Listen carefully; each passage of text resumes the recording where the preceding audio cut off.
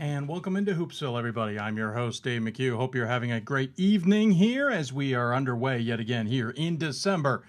A few weeks into the season. Lots to cover tonight. Thanks for joining us. Of course, there's lots of ways you can interact with us. Our audio is a little bit low. We apologize for that. Trying to rework our studio constantly as we find little bugs in the systems. As it were. But nonetheless, we are on the air and rolling here. If you got any questions for us, you can interact with us via Twitter and Facebook and email. And those connections at the bottom of your screen, but we'll go through them as well at D3Hoopsville or hashtag Hoopsville. You can also join us on Facebook at facebook.com/Hoopsville. Of course, email us hoopsville at d3hoops.com. That's how you can interact with us. We certainly hope you'll take advantage of it along the way. Lots to talk about tonight, especially questions and concerns that we all have about what is going on, or not concerns necessarily, but certainly questions as to what in the world is going on in the men's side of things. Nobody wants to seem to hold on to wins or hold on to an undefeated season or play like we would expect them to play. So lots of questions to get to there, and we will certainly try and figure some of these things out as we go along. I had 15 losses in my very first top 25 poll. So my preseason top 25 had 15 losses. The one I just did this week had 8, so that's a marked improvement, but there's going to be a bunch more, as we already witnessed here this week on things. So this is to say this is an easy thing to figure out on the men's side of things is just not a fair assessment whatsoever. We'll try and get to the bottom of it as much as we can, but maybe this is just the reality of men's basketball this year. We're just not going to have any real leaders in the pack, as it were. We'll see. I mean, we'll really see. Could be 100 things to figure out along the way, and we'll certainly try and do that. Again, if you want to interact with us at D3Hoopsville or hashtag Hoopsville, email us hoopsville at d3hoops.com or join us on Facebook at facebook.com/Hoopsville. Number 1 team, Whitewater, in the preseason. They lose to an NAIA number 3 team. I was told by some that maybe that shouldn't happen. If you're the number 1 team in Division III, you should be winning that game. So I took my number 1 vote away. Interestingly enough, Augustana goes and loses last night. So that number 1 vote for me is up for grabs again. Will it go to Amherst for some people? Will it go back to Whitewater for some? Is there somebody else out there who certainly deserves it? I don't know, but we'll try and figure all that out. But again, on the men's side, we're going to have a lot of questions, I think, this year. I joked several times that I'd love to have started my poll at number 10. And I think there's a reason for that. I mean, number 10 right now looks good.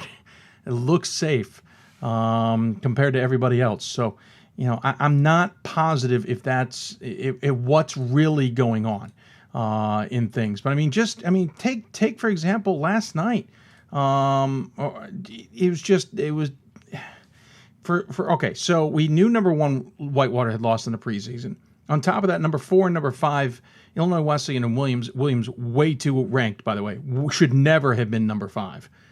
That's a whole nother conversation. And maybe you could have argued Illinois Wesleyan should have been 4, but they lose their openers. Calvin, Stevens Point, Albertus Magnus, they all lost games to start the season, or at least in the early part of the season. And then Worcester lost. Dickinson lost. Now you got to follow up just in this week. We've got number 1, number 7, and number 10 all losing. Randolph-Macon lost a second game to Frostburg at Randolph-Macon. It's just mind-blowing. Then they come back and they beat Virginia Wesleyan, who moved into the top 10. It's wacky this year, and I think on the men's side we're going to see a lot of this because I just don't think there's a dominating team out there right now that we can all just point to and say, oh, yeah, of course, they're going to be the number 1 team. They're my pick to win a national championship. I just don't think it's out there right now. My top 25 does not look like anybody else's. Usually my top 25 is somewhat close to what a top 25 looks like. Of course, you get near the bottom, you start getting a few extra teams in there that others don't have, but my top 25 is not even close. I think that there's several teams in the top 5 I don't even have in my top 10. It's fascinating to really look at this year on the men's side. Whereas on the women's side, things are somewhat stable. We've certainly had some surprises there But the number one team has survived. The number two team has survived, though number two team playing as we speak. There's a little bit more stability on the women's side, to be sure, but the men's side, it's absolutely been crazy, and that's a sign of parity. That's also a little bit of a sign, I think, that the top has come down a little bit. Not that it's a bad thing. I think the talent has spread out quite a bit in Division III men's basketball, and I think that's one of the biggest reasons. So upsets and questions. That's going to be the theme. I think of the year. I think this is the year of the question. Just trying to figure out who's what and where's and how's and what's goings on as we move through the season. Tonight we'll talk about upsets and questions. One of the biggest upsets, Emory losing to Piedmont earlier this week. We will talk to Piedmont men's basketball coach Greg Neely about that win and what that means for a program that you may not have forgotten, not that far removed from having not even had a season. Remember, Piedmont back in 2012-2013 ended its season after 7 games. They shut the program down. This is 2 years removed from that. 9-16 last year. Now they're 3-1 to start the year with a big win over Emory. Interesting because the rest of those games aren't exactly world beaters, but they beat Emory. Could this be the changing of the tide for a Piedmont group that certainly has a lot of pride in them, no pun intended, as they are the Lions? We'll talk to their head coach, Greg Neely, coming up. Number 16 on the women's side, St. Mary's of Minnesota's Mandy Pearson joins us. Team is off to an undefeated start there. Seem like they are now the top of the MIAC on their side of things, certainly garnering a lot of respect. What does that mean for a program not that far removed from struggles themselves? Number 2, Amherst GP Gromacki will be joining us on the women's side. They just got done beating Eastern Connecticut in a game, and we will talk to him about his Lord Jeffs, and more particularly about the Lord Jeffs. Talk about a 100-game home winning streak, which is now 101. That's pretty darn impressive. We'll talk to him about that. We'll also talk to number 1 for now, Augustana. Coach Gray will be on here to talk about his team, the tough loss they just took to Central. They've got Whitworth in a week, looming. We'll talk to him about that big game, certainly between two big teams that will probably have number 1 on the line yet again. And then Ohio Wesleyan off to an awesome 6-0 start. Coach Mike DeWitt will join us.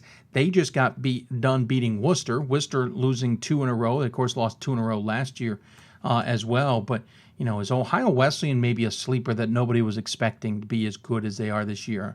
Promise you, Coach DeWitt's going to downplay his team. That's what he does, but we'll talk to him nonetheless. If you have questions for us, tweet us at D3Hoopsville or hashtag Hoopsville. You can also email us, hoopsville at d3hoops.com, or join us on Facebook at facebook.com/Hoopsville. Lots to cover, and I appreciate you all enjoying the 2 weeks off. Of course, we haven't talked since we had the Hoopsville Classic. If you didn't get a chance, we interviewed almost all the head coaches. Unfortunately, we missed out with Bill Brown and Wittenberg. Just a miscommunication on that one. We'll try and get him on maybe later in the season. Of course, Wittenberg started the season 0-4, but got off the snide with their first win after the Hoopsville Classic. Hoopsville Classic was a terrific effort. Once again, I want to thank everybody at Stevenson for their efforts.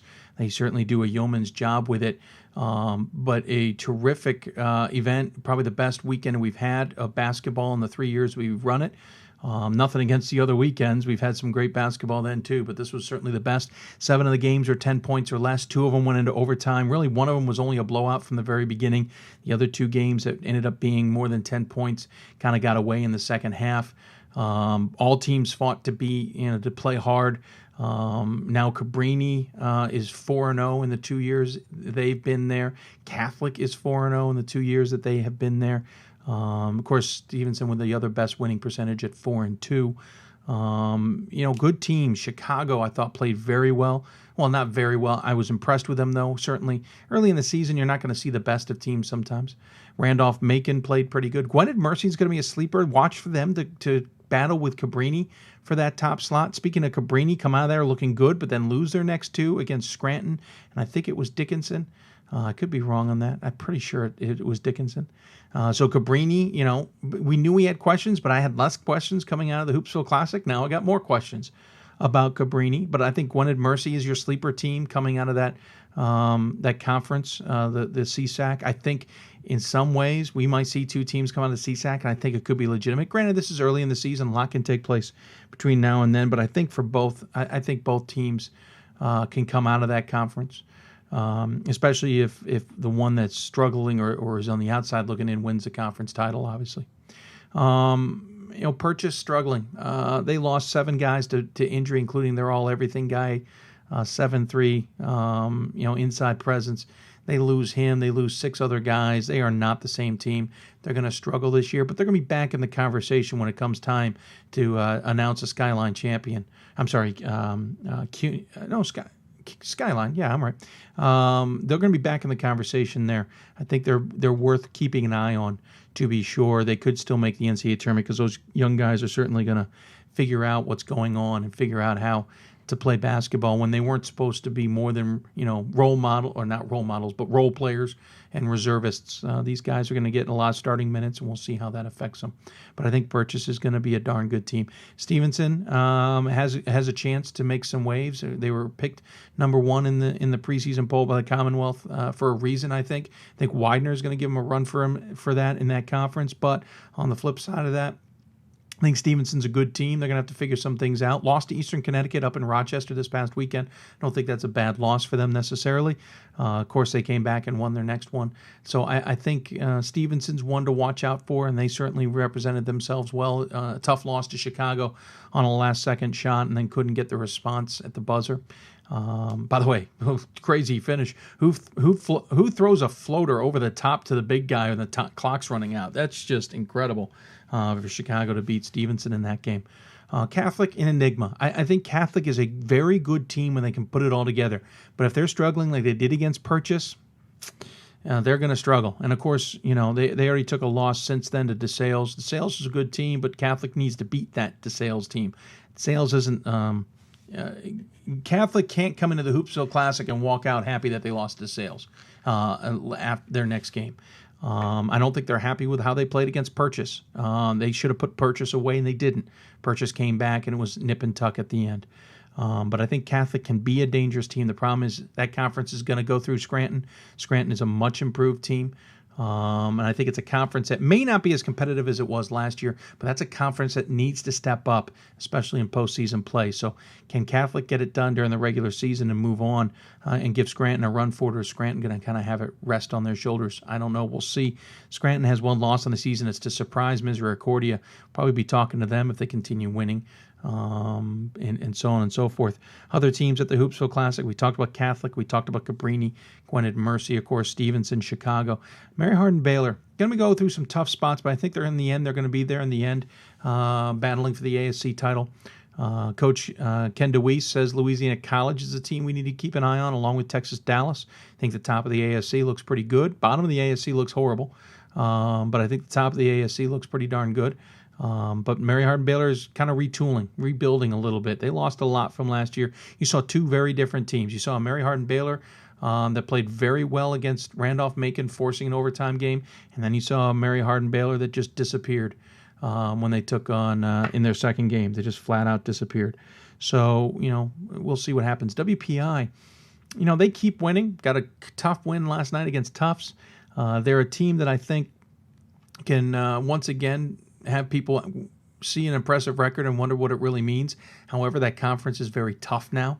MIT is playing well, though they just lost certainly in a surprise to Mass Boston. But MIT, Emerson's going to be lurking in that conference. Babson has proven with a win over Bowdoin that they can't be trifled with. WPI is going to have a battle in their conference, and they came out of the Hoopsville Classic looking pretty darn good. Can't knock them necessarily. I thought they played very good basketball. I think some people there thought they weren't as good as they expected. I don't know what people expected from WPI. I certainly didn't expect world beaters. I thought they were a pretty darn good team. I think Randolph-Macon, WPI were the top 2 teams there, with Chicago, Stevenson sitting in the second tier there, and others. So I thought it was a great Hoopsville Classic yet again. Stevenson again hosting that extremely well. I'm extremely thankful for them. For their efforts, and I thought it was well done. I want to thank everybody who helped us out with that through the broadcasts. Of course, the Stevenson students who run those broadcasts, and of course Frank Rossi, Gordon Mann, Jeff Miller, sorry, Jeff Gamber for helping me out. And, of course, we had our new broadcaster, Greg Arnold, who helped us out as well. So I want to thank everybody for that. Next up is the D3Hoops.com Classic, coming up December 28th, 29th, and 30th. 5 games on the 28th, 5 games on the 29th, and 4 games on the 30th. Pat Coleman and I will be out there. We're looking for the other broadcasters to join us. We're still finalizing a lot of those details, but looking forward to another exciting tournament out there in Las Vegas at the South Point Casino. Of course, between that non-basketball arena, of course, is the Gagliardi and Stag Bowl broadcast. Those will be coming up in turn. But D3Hoops.com Classic is the next thing up on the docket, and looking forward to that. Going to see some good teams there as well. Hamden, Sydney, Husson on the men's side, who needs to maybe prove themselves just a little bit after last year's very good record, but not great season if you think about who they played. And I don't mean they didn't have a great season. I just mean, ended the way we thought it would end. But they got a good test coming out there. Hamden, Sydney will be there. Hanover will be there. These are off the top of my head. I know there's some others out there I can't remember off. But FDU Florham will be out there along with Stevens Point and somebody else on the women's side from Wisconsin. I can't remember.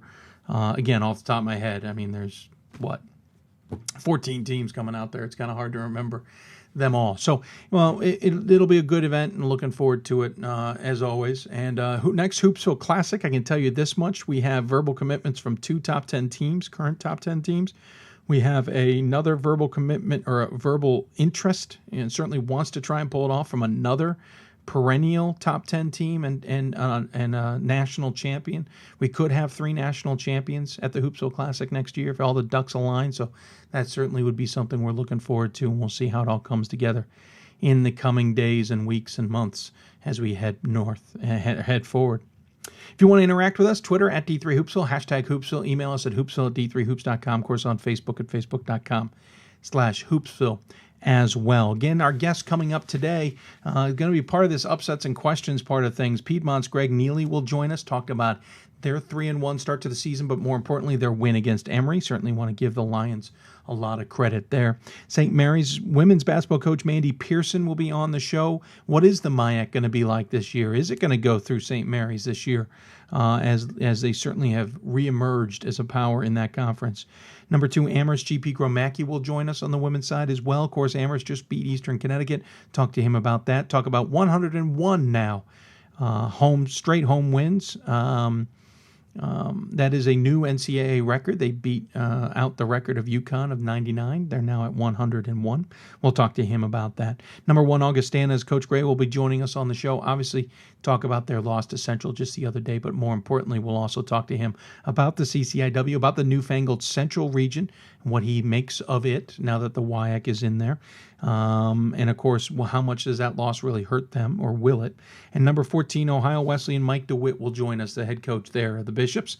Battling Bishops are off to a terrific start on the season as well at 6-0 with a big win over Worcester. They've now beaten 2 top 20 teams. Both of them were top 10 teams when they beat them. We'll talk to Ohio Wesleyan coach Mike DeWitt here coming up on the show.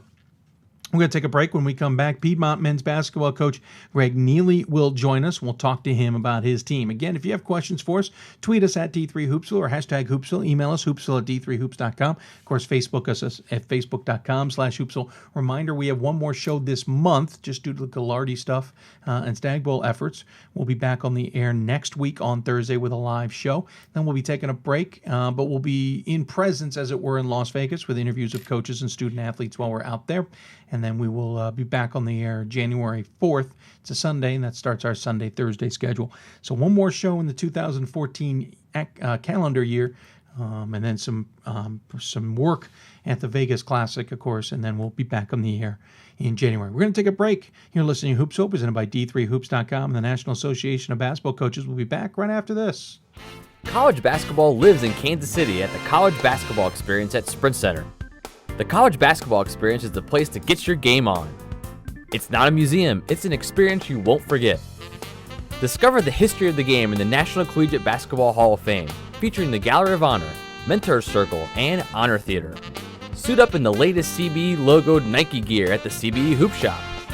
Elevate your game today and visit the house that college basketball built.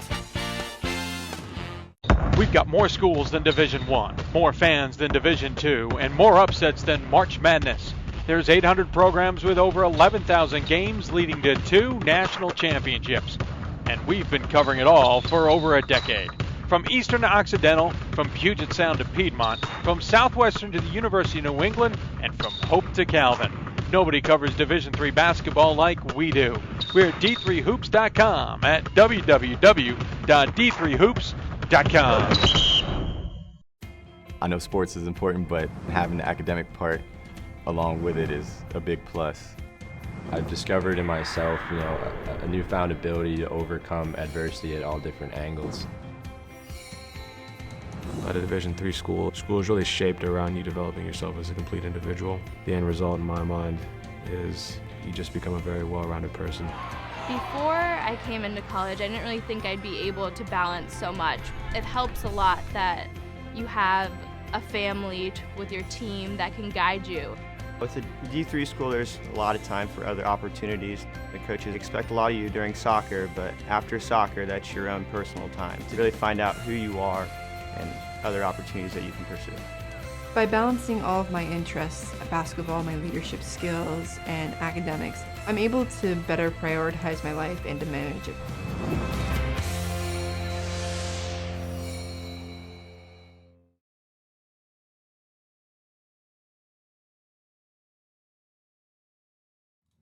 And welcome back to Hoopsville, everybody. Hope you're enjoying the show. We are live once again here in December. Hope you all had a great Thanksgiving, of course, as well. Plenty of basketball took place between the last time, 2 weeks ago when we were on the air and now, and we're trying to catch up a little bit. Questions and answers.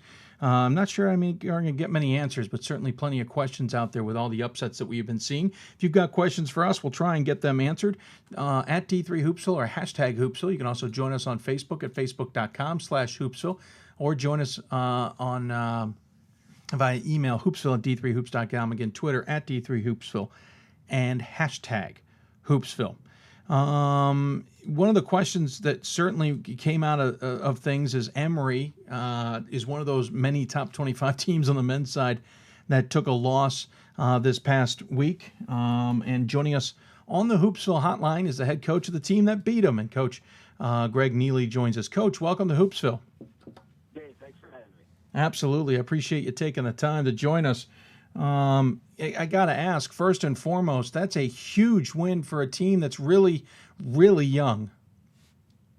A great one for us. And we have such respect for Coach Zimmerman and Emory. I think as we try to build our program, they're one that we are trying to model ourselves after, just with how they play and how they act and how they prepare and all those kind of things. But I told our guys it was just so great for them to get rewarded because they've done everything we've asked them to do. They do it as hard as they possibly can.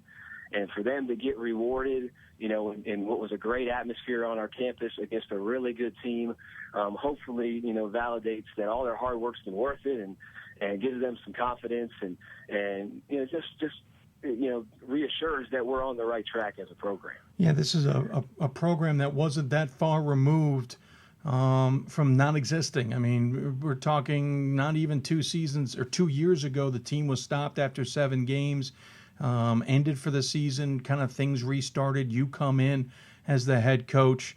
You really had to start from the ground up. This is a big win this quickly after that.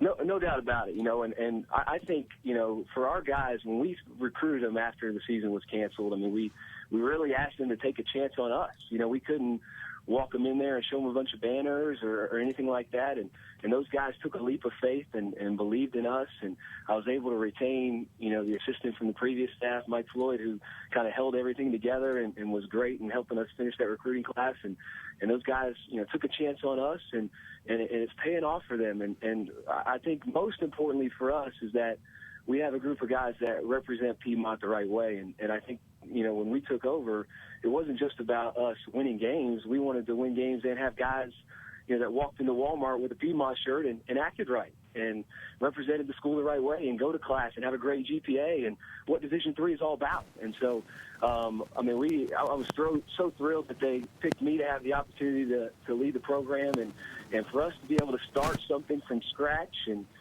put our own fingerprint on it. I mean, it's been a great experience, and we're excited to continue to build, and hopefully this win is just, one piece of that puzzle for us. You're a young guy, Greg. Let's admit it. Ohio Northern graduate, 2007. You were an MBA at Piedmont. Interesting enough, in 2009, you have a little bit of coaching experience. What drew you to Piedmont? Why, especially after such a tough year that saw John Zeke have to shut everything down? And what drew you to this program? I think there's so many things. I mean, how often in college athletics do you get to start something from scratch and put your fingerprint on it and build a foundation? I mean, that's a fantastic experience. I thought I don't know a better way you'd want to go into a place, and that was our perspective with it. I mean, at Piedmont, we have a great administration that supports athletics. Coach Zeke, has been a fantastic resource as a guy who has been so successful in Division III. Our facilities are really good. Our degree is really strong. What it came down to was people, and we had to get the right guys. And, and we're a younger staff. I think it's a benefit for us, but rarely do you get to go to a place in college athletics where all those other things are already intact. You love your location. We're an hour north of Atlanta. We've got a strong degree. We've got good resources. We've got a great facility. It was about people. And, we like the character of our guys, and we think, we're not taking any shortcuts and just trying to build it the right way and trying to become like programs like Emory and like the programs you mentioned earlier on the show that are perennial, top 25 teams. That's our goal, and we're trying to take baby steps to get there. So I've been so blessed to have the opportunity here that they, believed in me, and hopefully, we can continue to grow this thing the right way. You certainly had experience with Piedmont. You were an assistant there for several years before going off and becoming a head coach, kind of in the lower rankings, as it were. JUCO experience, et cetera. One question we got from Anthony Cox on Twitter is, how has your time in JUCO helped you improve? I think, when you move one chair over, it's always a lot different. I think every head coach who's an assistant would say that, it's a lot different. And, I was really young coaching guys that were like a year or two younger than I was. And to be able to test ideas and just kind of get out there and grow as a coach, really prepared me for this experience. And like I said, I've been really blessed to have the opportunities. And I think all the culmination of all those experiences, leads you back home. And Piedmont's home for me. It's home for my wife. And we can't think of a better place to try to grow a program that, our entire campus can be proud of. And we're just really fortunate. When you look at the roster, there's actually a number of juniors on this squad. I think I counted 3, maybe 4, certainly that you were able to kind of hold on to in some cases. Right. But otherwise, this is a very young program. As we mentioned, you're coming up with them as it were. Are you guys kind of learning, still in your second year, kind of learning each other out a little bit, or are you guys settled in? We threw them to the fire last year, I tell you what. But that's what those guys wanted. That's why they came to Piedmont. Throw them to the fire and let them learn. And our juniors, they've been through so much more than any college athlete should have to go through. I mean, those guys have played for, I think it's 3 head coaches. Yeah. It's kind of gone through and been through the cancel season, all that kind of stuff. And our goal is, I told them I took the job. We want to give them that fairy tale ending. As corny as it sounds, everything they've gone through, if this ends the way we all hope it ends for those guys, it makes their college experience even more worth it. And they'll leave a legacy that when alumni come back, they can be really proud of. But we're learning. We're all learning as a group. I've been gone from the area for a little bit, and I think the basketball in the South region is better than it was when I was an assistant here previously. And we're just kind of learning on the fly together and trying to be as good as we can possibly be. But we're hoping we can keep these young guys around and continue to piece around them and have a program that we're proud to be a part of. Let's talk about this Emory game. You guys beat them 87-85. Shot 58.8% from the floor, which is 20% better than they. That helps. Oh, that helps a ton. Interestingly enough, though, you took 29 less shots. You made 1 less. What was the secret to this win? And for a young program, when a big boy like Emory comes in, top 10 ranked and ready to and raring to go, maybe they're looking past you. But what are you guys focused on, and how do you pull off that victory? For us, it's all about details. Our margin for error, is so small when we're playing a good team like Emory. And it was everything from our huddles on free throws. What are we getting out of a huddle? Are we matched up? Emory's so good defending baseline out of bounds. We had to be good at the details, just getting it in, not turning it over. They switch a lot of screens and really pressure you a lot. We worked on that. And I just thought our guys were really honed in the 2 days of preparation to all those little details. Like you mentioned, it was great. We shot the ball well. That helped. We had, Trey Gaines come off the bench for us and score 24 points in 26 minutes. If he continues to do that, we think we can beat a lot of people. But, it was all the details for us. We're not the most athletic team. We're obviously not the oldest and most oldest team. But we got to be really good in the details and really commit to playing together. And I thought, everything from our bench energy, the guys who didn't get in the game and were really excited for their teammates, to the great crowd we had. All those little details mattered. And when you win a game by 2 points against a really good team, you need every last one of those details. So that's who we are, and we're thrilled to death. Of course, have not played since that game. You started the season with a loss to Presbyterian, a win over Toccoa Falls, both non-Division threes, then a easy win over Suwanee. You've got Oglethorpe coming up here in 2 days on Saturday, your next big test. Of course, Oglethorpe had a pretty good season last year. Well, what's the mentality with this season? Is this let's keep riding the wave and see how well we do? Or you talk about the dream, certainly for those juniors. Is it something you want to try and take advantage of this year? We're hoping. I think something we've talked about a lot is how fast can we speed up the curve? We're 2 years removed from everything that happened. We've got a bunch of young guys. How fast can we speed up the learning curve? And we're fortunate in the South. It's easier for us to play Division I's, like a Division I exhibition game. Presbyterian was actually a Division I who beat us, right out of the gate. And we feel we like playing the Division I's, especially in the exhibition, to prepare us for Division III competition. And when we played the Division I's, we told our guys we thought they were mature enough to handle that the right way and be better because of it. And I think the next test for us is, are we mature enough to handle beating Emory, a really, really good team, going in to play Oglethorpe on Saturday, who's also really, really good and was getting votes a couple weeks ago. Yeah. So we're going to test our maturity and see how well we handle that, and it's going to be a really good test. But our hope is to continue to ride it and try to play our best basketball in February like everybody else, and try to win 3 games in a row and see what happens. Of course, the conference, USA South, last year Maryville ran away with it, 13-1 in conference, 18-8 overall. Everybody else was kind of just ho-humming behind them. LaGrange had a decent season at 18-11. No one's off to a roaring start in non-conference action this year. What do you make of the USA South? I, by the way, saw Covenant most recently, and they're certainly much improved. I think our league is much improved as a whole. I think you hit it on the head.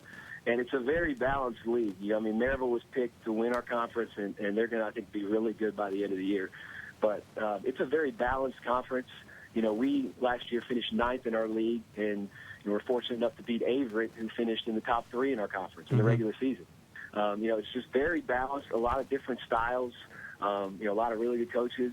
And, I think that's why we're never really in the mix for a full seat bid, because whoever's going to win our league is going to have a few losses, and we're a little limited to who we can play out of conference in the South, and we're playing a lot of really good ODAC teams, or playing teams like Oglethorpe and Emory, that are local to us that are really good. So, but it's a good conference. We're excited. Previously Piedmont was in the old GSAC conference. They didn't even have an automatic bid. Right. And so just for us to have a conference tournament at the end of the year, to have a conference schedule and build rivalries, for our school to take the step to do that has been great.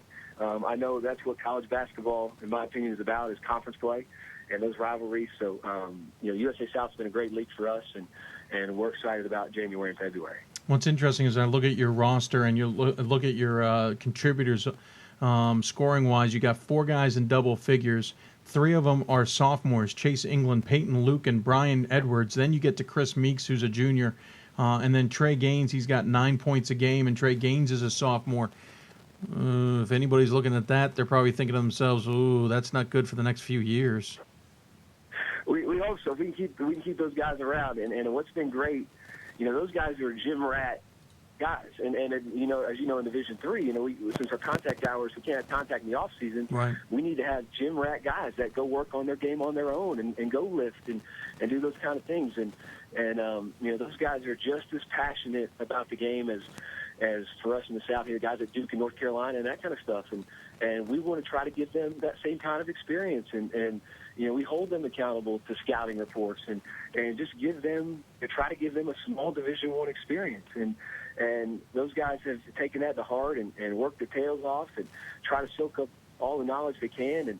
And most importantly, you know, all those guys are over 3.25 GPAs, and that's, you know, what we're all about. So, but yeah, we're hoping we see those guys around, put some pieces, you know, with them, and try to build our program the right way, because the formula for us is winning. I think winning with sophomores, juniors, and seniors. We have to get younger guys, develop them, keep them, and try to have success with them. So, Chris Posadzki come down for a visit yet? Not yet, but hopefully soon. Hopefully soon. I'm not surprised if I hear you have him down there anytime in the near future. Obviously, you got, as we mentioned, Oglethorpe coming up before you hit the road against Barry, and then you have a game against Kentucky Christian at home. Then you head to Frederick, Maryland. God bless you. I know Frederick well. It's the first time for us, too. Actually, for us. Frederick's, so we'll see how it goes. Frederick's a good place. Hood's a great place. Eastern Mennonite will be your opponent there before you finally start conference play against North Carolina Wesleyan on January 3rd. Coach, I appreciate you taking the time to join us here on the show and talk about your team. As always, we give our guests the final word. Any final thoughts you want to share with those who may be tuning in? First of all, Dave, I want to thank you for having us. It's an honor for us to be here, and especially where we're coming from, we're great. And you know, we're just very thankful for the opportunity we have to coach good guys at the Division III level, where I think, you know, the student athlete is at its purest. And I've coached at a scholarship level, you know, whether it's junior college or whatever. And Division III is where my heart is. And you know, I think our guys represent that. And you know, we're proud to be Division III members and on the right track. Well, congratulations on the big win with Emory, and congratulations on a great start to the season on what really is a turnaround for the Lions. I know Coach Zeke's probably proud, and I'm sure there's many Lion alum who are out there who are proud as well. Good luck as the season progresses, and we'll talk to you soon. Dave, thanks so much. We appreciate it. Absolutely. Take care.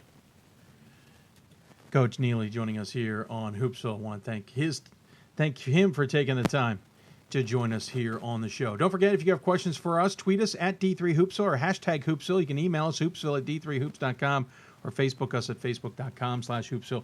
Again, you know, 7 games is all they played back in 2012-2013 season. They didn't even make 2013, I don't think. I think they ended before the 2012 calendar year ended and kind of blew things up a little bit. Greg Neely comes in, former assistant coach there, Ohio Northern alum.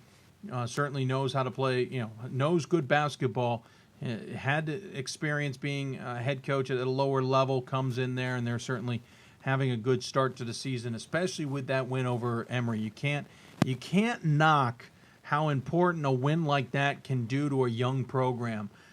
Certainly they want to prove they're not a flash in the pan. They're going to want to go out there and at least compete with Oglethorpe and maybe get the victory there as well. But just that kind of win can spark something with a program like Piedmont, which certainly has a lot of pride, and we certainly wish them the best of luck, and we'll keep an eye on them as the season progresses. Again, 3-1 on the season. They haven't even started USAC play, USA South play. That will start on January 3rd when they take on North Carolina Wesleyan. Going to take another break. When we return, we're going to jump over to the women's side of the basketball court and talk to Mandy Pearson, head coach at St. Mary's. There's a team that certainly proved some stuff last year. What are they up to this year? They're off to an undefeated start. We'll talk to her about how the season has progressed and what the expectations are. You're listening to Hoopsville, presented by D3Hoops.com and the National Association of Basketball Coaches. We'll be back with more Hoopsville right after this. I used to never really talk. Ever. I was scared and shy. It was hard to look at people's faces. I was afraid if I said something wrong, everyone would laugh at me. But then I started to play golf with Special Olympics. I made friends and won lots of gold medals. But I learned more than just playing golf. Special Olympics helped me to find my voice.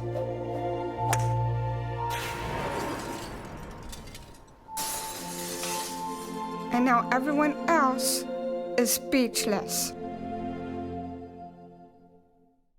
We've got more schools than Division I, more fans than Division II, and more upsets than March Madness. There's 800 programs with over 11,000 games leading to 2 national championships. And we've been covering it all for over a decade. From Eastern to Occidental, from Puget Sound to Piedmont, from Southwestern to the University of New England, and from Hope to Calvin. Nobody covers Division III basketball like we do. We're at d3hoops.com at www.d3hoops.com. Division III allows you to be able to give yourself to other things. Not even just participate in them, but really get involved with them if you want to. There's a lot of interaction. It's not just sitting back, taking notes. You're actually doing hands-on things and better preparing yourself for your major.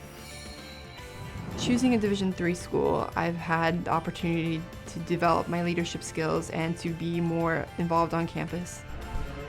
Division III in athletics, affords students the opportunity not only to participate in intercollegiate athletics at a competitive level, but also gives them the opportunity to, engage in the other interests in their campus and in their lives outside of that sport and outside of the academics on the campus. And to have opportunity to have time to join clubs and being able to play basketball, it allows you to just be able to do everything you want to do. I wouldn't change it for the world.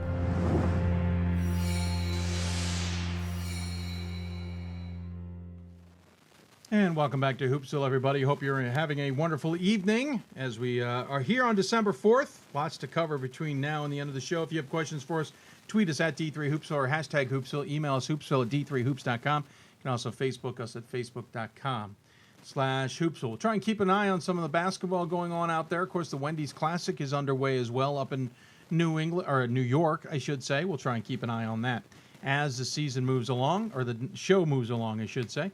And certainly try and get some of your questions answered. So if you have questions for our guests, use the social media gateways like Anthony Cox did in our last interview, and we'll get your questions in as well. We're going to jump to the women's side of things now and talk about maybe not as many questions over there and necessarily as in how stable the top 25 has been in comparison to the men, but we certainly have questions as to what is going on with teams and the hot start for many of those teams. And one of those teams is the St. Mary's Cardinals out of Minnesota. And joining us on the Hoopsville hotline is their head coach, Mandy Pearson. Coach, welcome to Hoopsville once again. Thank you. Thanks for having St. Mary's back on your show. Oh, absolutely. I appreciate you taking the time to join us. 7-0 start to the season, which includes wins over River Falls, Eau Claire, Stout. You apparently love the Wisconsin schools. Because you also beat La Crosse. I don't know if you got a memo, but you're in Minnesota. You don't always have to go to Wisconsin. Though if you're talking D1, I know in football, Wisconsin and Minnesota this past weekend went the other way. But you're off to a terrific start. Thanks for bringing that up. Yeah, I'm sorry. I'm sorry. The winner of the internet was Wisconsin this week anyway with the tweet that I saw. Anyway, terrific start to the season. Maybe not huge world beaters necessarily. You got a win over Hamlin in there as well. But considering 24-4 last season, 22-5 the year before that, we're not that far removed from the 14-13 season. This has got to feel like a nice start to the year. It has been. It's been a really good start. It's fun anytime you can start with a couple of wins to get going. So it's been a lot of fun so far. Yeah, I mean, last year you'd taken a loss in the fourth game of the season against Bethel before rattling off a whole mess of wins before you unfortunately ran into St. Thomas. And quickly on last year, St. Thomas nipped you twice in three occasions, including an unfortunate championship game. And of course, Oshkosh kind of exacts the Wisconsin revenge with a 71-61 win in the first round of the NCAA tournament.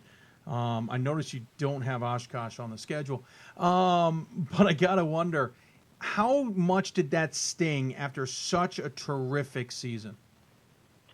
I think it always stings anytime you lose at the end of the year. You know, our players were very disappointed.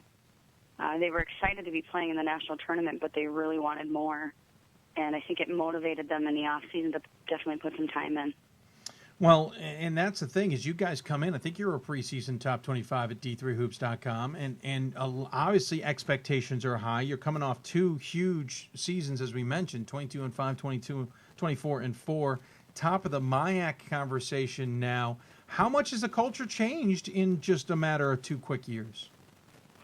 I think our culture's changed a lot. You know, we've always been very fortunate to have players in our program who always wanted to get better and wanted to reach their potential. And, you know, that's continued, and we've been having success. And so I think they're expecting it a little bit more than they used to, and they're more motivated to put even more time in because the expectations are high, and we have a group of really, really motivated individuals in general that just want to be as good as they can be. Yeah, you're there now in your 8th season, so you've seen it all, as it were, as a head coach. You know, what does it mean to the program? What does it mean to the school, for that matter, to see basketball kind of up at the top now? I think it's really fun. You know, there's in general at St. Mary's a lot more hype around athletics, and women's basketball being one of those teams that's had some success. It's just a really fun atmosphere. We have phenomenal community support. Our faculty and staff members are amazing. Our students are awesome. So it's been just a lot of fun in general. So obviously across the board. Sure. Last year you win your first regular season MIAC championship since 85-86. You get to your first championship game in the tournament in school history. That's all the past. Now let's look at this start to the season. Again, 7-0. You're 1-0 in conference play with the win over Hamlin just yesterday. You got Augsburg and Bethel ahead of you in the next few days in conference action. How important is it to keep the momentum up, especially with Bethel, who knocked you off at the beginning of last season, lurking on the horizon? You know, I mean, momentum, basketball is a game of momentum in general, and it would be awesome to go into Christmas with another win on Saturday and another win on Monday. But, you know, we kind of try and keep it simple at St. Mary's. Our staff talks about just getting better every single day, and that's been our focus more so than what we did last year, or what our record is now, or what we want to achieve as a team. It's just constant improvement. And so that's what we'll talk about, you know, tomorrow at practice. You talk about momentum. After you get done with the game against Bethel on Monday, you're off for 3 weeks. Your next game won't be until December 30th when you'll take on North Park in non-conference play, and then you'll get back into conference action. Of course, the MIAC is jammed with conference play in the double round robin set. You don't have that many out-of-conference games. Is that kind of why you have December wide open? It's just kind of how the schedule worked out. You know, in general, at St. Mary's, I like to give them time away. Sure. So I try to, you know, give them some time where they can go and spend some time with family. And we can't play over finals anyways, kind of a school rule. So that's kind of why it's the way it is. But it'll be good for us. We've been beat up a little bit with some injuries and some sickness like every other team in the country. So those 3 weeks will be good for us to get healthy. And maybe stay warm up there in the what is now considered the bitter cold of Minnesota. Right. You have 3 seniors on this squad. Of course, everyone probably knows about Octavia Brown, Natalie Williams, and then Sarah Schoenthaler. This is certainly 3 players like yourself who've seen it all and certainly have succeeded in the last few years. Tell us a little bit about them as seniors on this squad. Okay. Well, Sarah and Octavia, this is actually their seniors. This was their 4th year playing. Natalie was our manager for 3 years, and was phenomenal. She ran our practices. She kept me on schedule. And she's actually a pretty good basketball player. She wanted to give it a try this year and has been doing some great things for us. She hasn't, you know, gotten in the game very much, but at practice she definitely brings a ton of energy and she has great work ethic. So we're definitely happy to have her playing this season. And Sarah and Octavia has always just been great defensive players and strong leaders for us in their own unique way. And they bring a lot every single day. They've got great work ethic. They get along with everybody. They're both uniquely funny in their own ways, but they've done a good job for us for 4 years. Of course, you're led by Shelby, is it Osseth? Osseth, yes. The junior with 13.6 points a game, nearly 12 points for Molly O'Toole, by the way. Love that name. The freshman from Plymouth, Minnesota. Just perfect.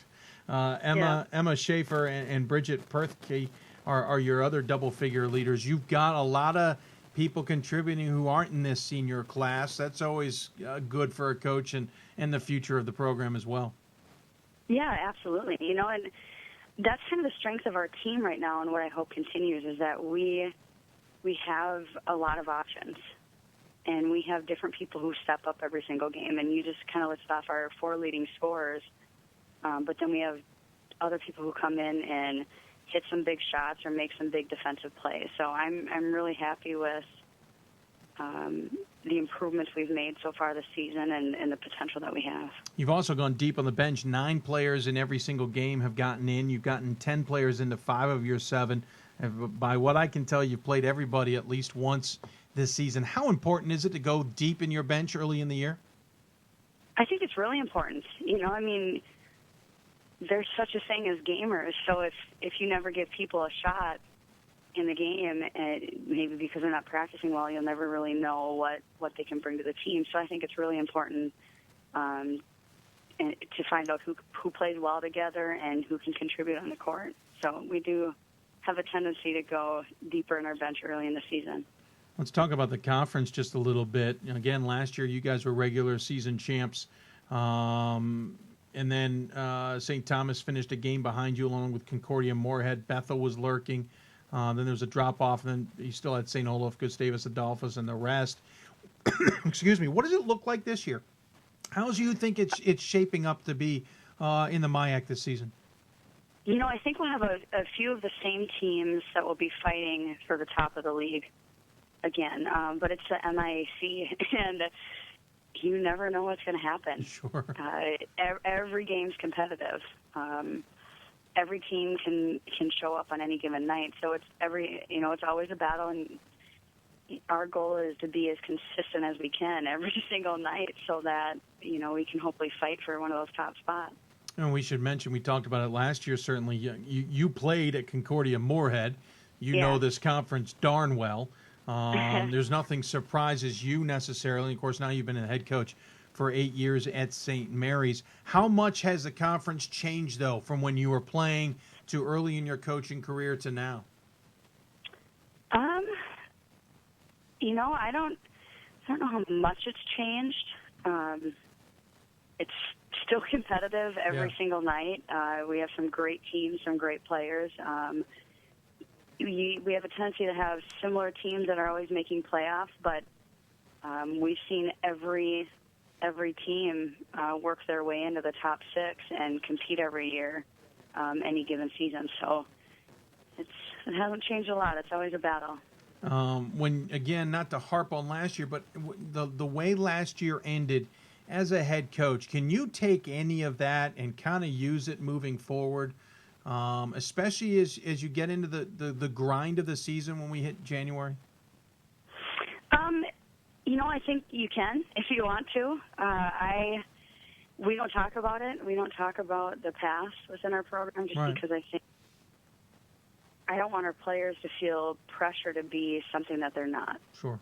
I don't want our leaders to try and be a leader that they're not. I want them to be themselves and to focus on today and what we can do as a team to get better, and hopefully we end up reaching our potential as a program. That's our number one goal, and that's what we focus on. So, I think the way that we can use last season is just to remind our players that teams are going to be gunning for us every single night, because you always want to knock off last year's conference champions.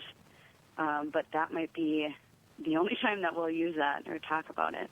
Again, you got a home game on Saturday against Augsburg, followed by a home game against Bethel on Monday before you take that 3-week break. Certainly would love to start the conference play 3-0. I know St. Thomas, though, is is looming for a much later date in the season. I can't even find the game. I got it on the 4th of February. There's got to be a game missing in there somewhere. I must not see it. No, that is it, actually. We only played them once this year. Oh, talk about something I wasn't ready for. Yeah, I'm so we used to do the only double play round them once. robin. I'm so used to the double round robin. Yeah. So that's interesting because that game is at their place and certainly has a ramification like the rest of these games do. How much does that change the mentality when you face off against conference foes, especially if you only get to play them once? It's new for me too. Yeah. Playing where we're not playing the double round robin anymore. So does that add more pressure? We'll find out. I don't know. I mean, I guess I always liked playing as a player, playing teams twice. And I don't know. I'm sure because it's St. Thomas that our team is really going to go in there wanting to beat them. Sure. I think everybody in the country wants to beat St. Thomas. So it might add some pressure. It might add some excitement. I know that Bridget Pesky was a little angry that we weren't playing them twice this season because she enjoys. She wants to play everybody twice. She wants to be as successful as she can. But I don't know. Time will tell. Fascinating, to say the least. I'm looking forward to seeing how that all plays out this season. Again, big wins in the Wisconsin, in the WIAC Conference. Of course, the win over Hamlin in there, Minnesota Morris along with Crown as well. The 7-0 start is certainly impressive for the Cardinals. And I'm sure Winona is excited as well. As always, we give the coach the final word. Any final thoughts you want to share with those who may be tuning in? Who may be tuning in? It's an exciting time of year. It's basketball season. It makes those Minnesota winters go by faster. So we're excited and we're working hard, and we're very thankful for all of the St. Mary's support that we receive and from all of our friends and family. We have a really big Cardinal family, and it's exciting. Well, hopefully the winter is not nearly as brutal as last year, but I know it's been off to a hard start. So good luck. Thank you. Staying warm and staying dry, and good luck the rest of the season. We'll look forward to chatting with you someone down the road. Sounds good. Thank you so much for having us. Yeah, absolutely. Take care. Mandy Pearson joining us here on the Hoopsville Hotline. Appreciate her taking the time to do so. Interesting. I somehow missed the fact that they weren't playing a double round robin this year.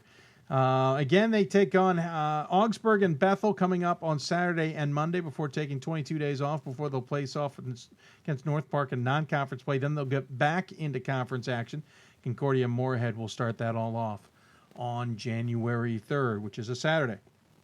If you have any questions for us or our guests, you can always tweet us at D3Hoopsville or hashtag Hoopsville. You can also email us, hoopsville@d3hoops.com, or Facebook us, facebook.com/Hoopsville. You'll notice over our shoulder a little bit of decoration. That is our studio setup for now. We're still in the process of altering it and making it better, but for the most part, we've redecorated a little bit. There's a new shirt over my right shoulder. There's a new shirt over my left shoulder and just off my left shoulder, and there's a new shirt higher up as well. We'll keep changing those out. We're even going to put up some bookshelves and hang some other paraphernalia that we have.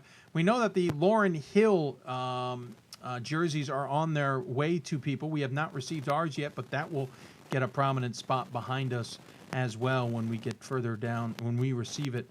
Speaking of Lauryn Hill, though, the sad news is that hospice care has begun for her. Certainly that can be taken in two different ways. One, it's just an additional support for her and her family, so she doesn't always have to go to the hospital for medications or treatments and the like, but it's also a sign of what may be coming. That's the sad news. The great news about this was yesterday we learned that hospice care has started, and yesterday we then learned that she's on a bus with her team to go to Transylvania for the game. Incredible, to say the least. I know hospice care is a sad sign. She clearly is not mentally thinking that. I saw a picture posted by Brad Johansson. I believe it was her eating one of her favorite ice creams while trying to ignore the fact the hospice was in the house. But then she's on a bus to travel with her team to Transylvania. Cincinnati to Lexington, I think that's about an hour and a half, maybe 2-hour drive, depending on factors. I think it's an hour and a half. Bravo, Lauryn Hill. Bravo. I mean, talk about inspirational. She is going to go out with a fight, and we certainly can't say it enough that she is an inspiration to many people out there, and I hope people have been inspired. Again, we're waiting for our jersey to arrive. We're looking forward to it when it arrives. We will hang it prominently. And by the way, should point out that Local 12, which is WKRC, the TV station that Brad Johansson works at, has teamed up to try and raise $1 million by the end of the year for DPIG, which is what Lauryn Hill suffers from. Can't say it enough, folks. That is worth going and trying to contribute to if you can't. There's lots of ways to do it. We'll tweet out when we see items that we think are significant. Speaking of which, I think there was one I saw earlier. Here we go. We'll tweet out the latest from Brad Johansson. Don't forget, there's also the Layup for Lauren challenge. So lots of ways you can donate. We certainly hope you'll take the time to do so. Lauryn Hill, an incredible inspiration, to say the least. Going to take another break. When we come back, we will jump up to the Northeast and talk to the number 2 women's basketball team in all the land. Amherst and Coach G.P. Gromacki will join us. You're listening to Hoopsville, presented by D3Hoops.com and the National Association of Basketball Coaches. If you have questions for us, tweet us at D3Hoopsville or hashtag Hoopsville. You can also email us, hoopsville at D3Hoops.com, or on Facebook at Facebook.com/Hoopsville. When we come back, Amherst women's basketball, and we'll talk about their 101 straight home game winning streak. We'll be back with more Hoopsville right after this. We've got more schools than Division I, more fans than Division II, and more upsets than March Madness. There's 800 programs with over 11,000 games leading to 2 national championships. And we've been covering it all for over a decade. From Eastern to Occidental, from Puget Sound to Piedmont, from Southwestern to the University of New England, and from Hope to Calvin. Nobody covers Division III basketball like we do. We're at D3Hoops.com at www.D3Hoops.com. I know sports is important, but having the academic part along with it is a big plus. I've discovered in myself, a newfound ability to overcome adversity at all different angles. At a Division III school is really shaped around you developing yourself as a complete individual. The end result in my mind is you just become a very well-rounded person. Before I came into college, I didn't really think I'd be able to balance so much. It helps a lot that you have a family with your team that can guide you. With a D3 school, there's a lot of time for other opportunities. The coaches expect a lot of you during soccer, but after soccer, that's your own personal time to really find out who you are and other opportunities that you can pursue. By balancing all of my interests, basketball, my leadership skills, and academics, I'm able to better prioritize my life and to manage it.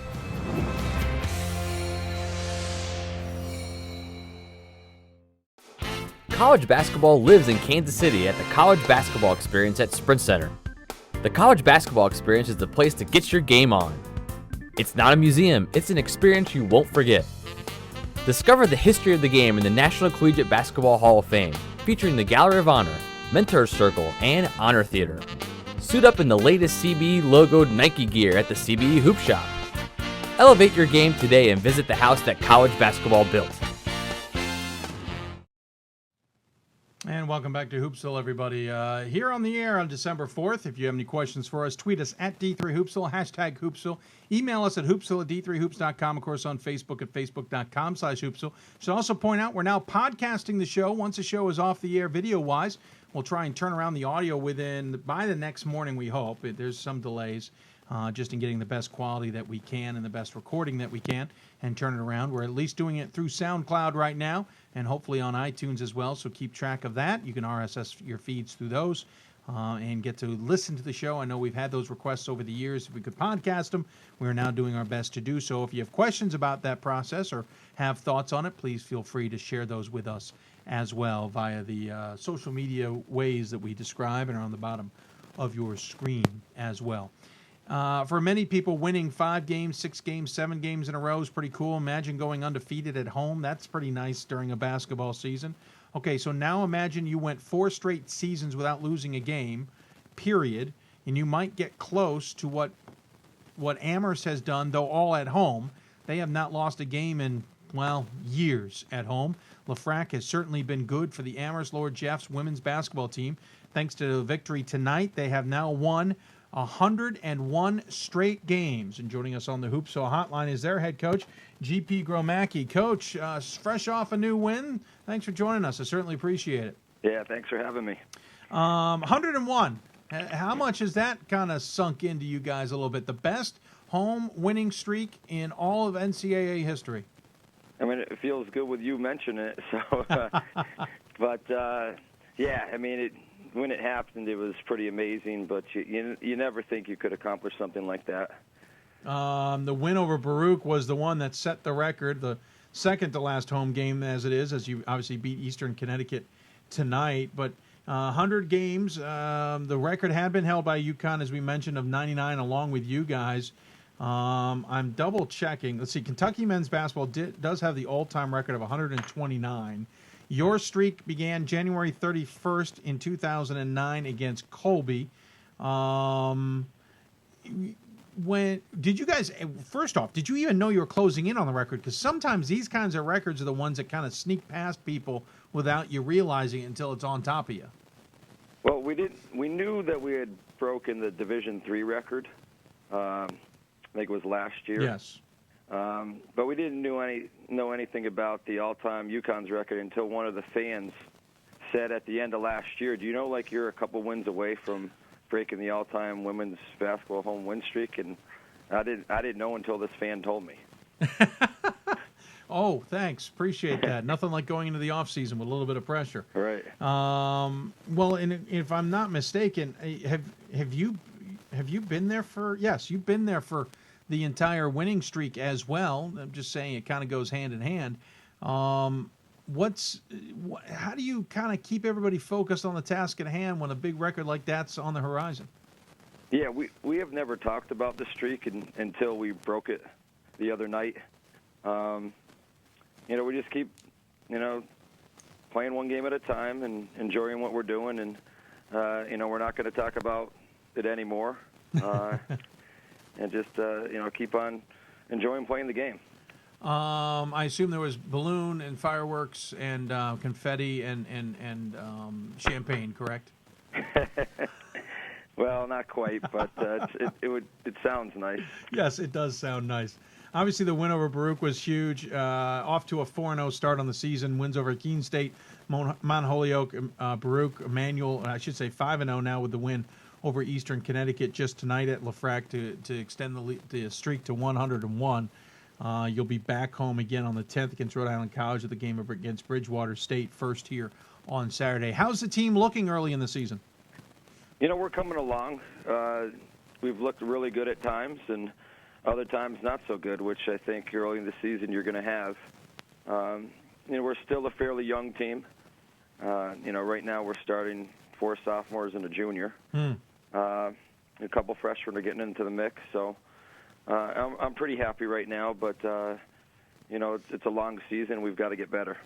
Last year finished 26-4 on the season. The year before 30-3. The year before that 31-2. You went 4 straight seasons of 30 or more wins. 08-09 was as close with 29 wins. Were you worried about your job security with only 26 wins last season? Well, no, not really. But we're not completely satisfied the way last year ended. Sure. So it gives us a little motivation, but we're happy that we were successful last year, but breaks sometimes go your way, and they didn't go quite our way, but we're still happy with that record. When you get 26 wins, you're never going to be disappointed. Sure. Of course, losing to Ithaca in the final game of the season last year. Again, 26-4 last year, 9-1 in the conference. The turnaround was immediate with you kind of coming in. The team was 12-13, 06-07. You appear in 07-08, and it's 27-3. What has been the biggest key for Amherst's success, besides the obvious that you're head coach? Well, Amherst is a special place. We attract great students, great student athletes, and we're able to, recruit throughout the country, which I think is a big positive. And people want to go here, so you don't have to, push too hard when you tell them what Amherst is about if they don't know about it. And fortunately, enough people know about Amherst that we can attract, top student athletes. This is a conference that certainly has gotten more competitive as the years go on. Last year, Tufts went undefeated at 10-0 and 30-3 on the season. You guys were a game behind them. Bowdoin and Trinity were in the mix. Williams had a quote-unquote off year. They were 20-6 and 6-4 in conference action the year after you two faced off in the consolation game at the championship weekend. What do you expect of the NESCAC this season? Yeah, I think it's more than the same. You can't take any night off. It's very competitive. They're like schools. So, we expect more of the same. It's going to be a dogfight to win the conference, like it is every year. So, we're not expecting anything different. But we're excited about that when that time comes in January. Do you look at records right now and go, Colby's 7-0, we're 4-0, Tufts is 6-0, Williams is 8-0. Nobody has more than 3 losses. That's Wesleyan at 3-3, Bates at 6-3. Do you look at that early stuff and go, okay, this is interesting? Well, because we know our conference is pretty strong from top to bottom, we know the records are going to be pretty good. Yeah. But it's not something I pay that close of attention. I just worry about what we're doing, and when we're going to face those teams, we start worrying about them. You talk about your team, a young one, as you point out, that you do have 2 seniors on it, Megan Robertson and Taylor Smith for this team, and obviously they've had a lot of experience and certainly have seen this team go far. But they're not really the only leaders on this squad. Updated stats as of tonight: 16.5 points for Allie Doswell, 10.5 points for Shane Pritchard, 13.5 points from Marley Giddens. Those are not the seniors on the squad. Those are the underclassmen that you kind of talk about. This team's got depth, does it not?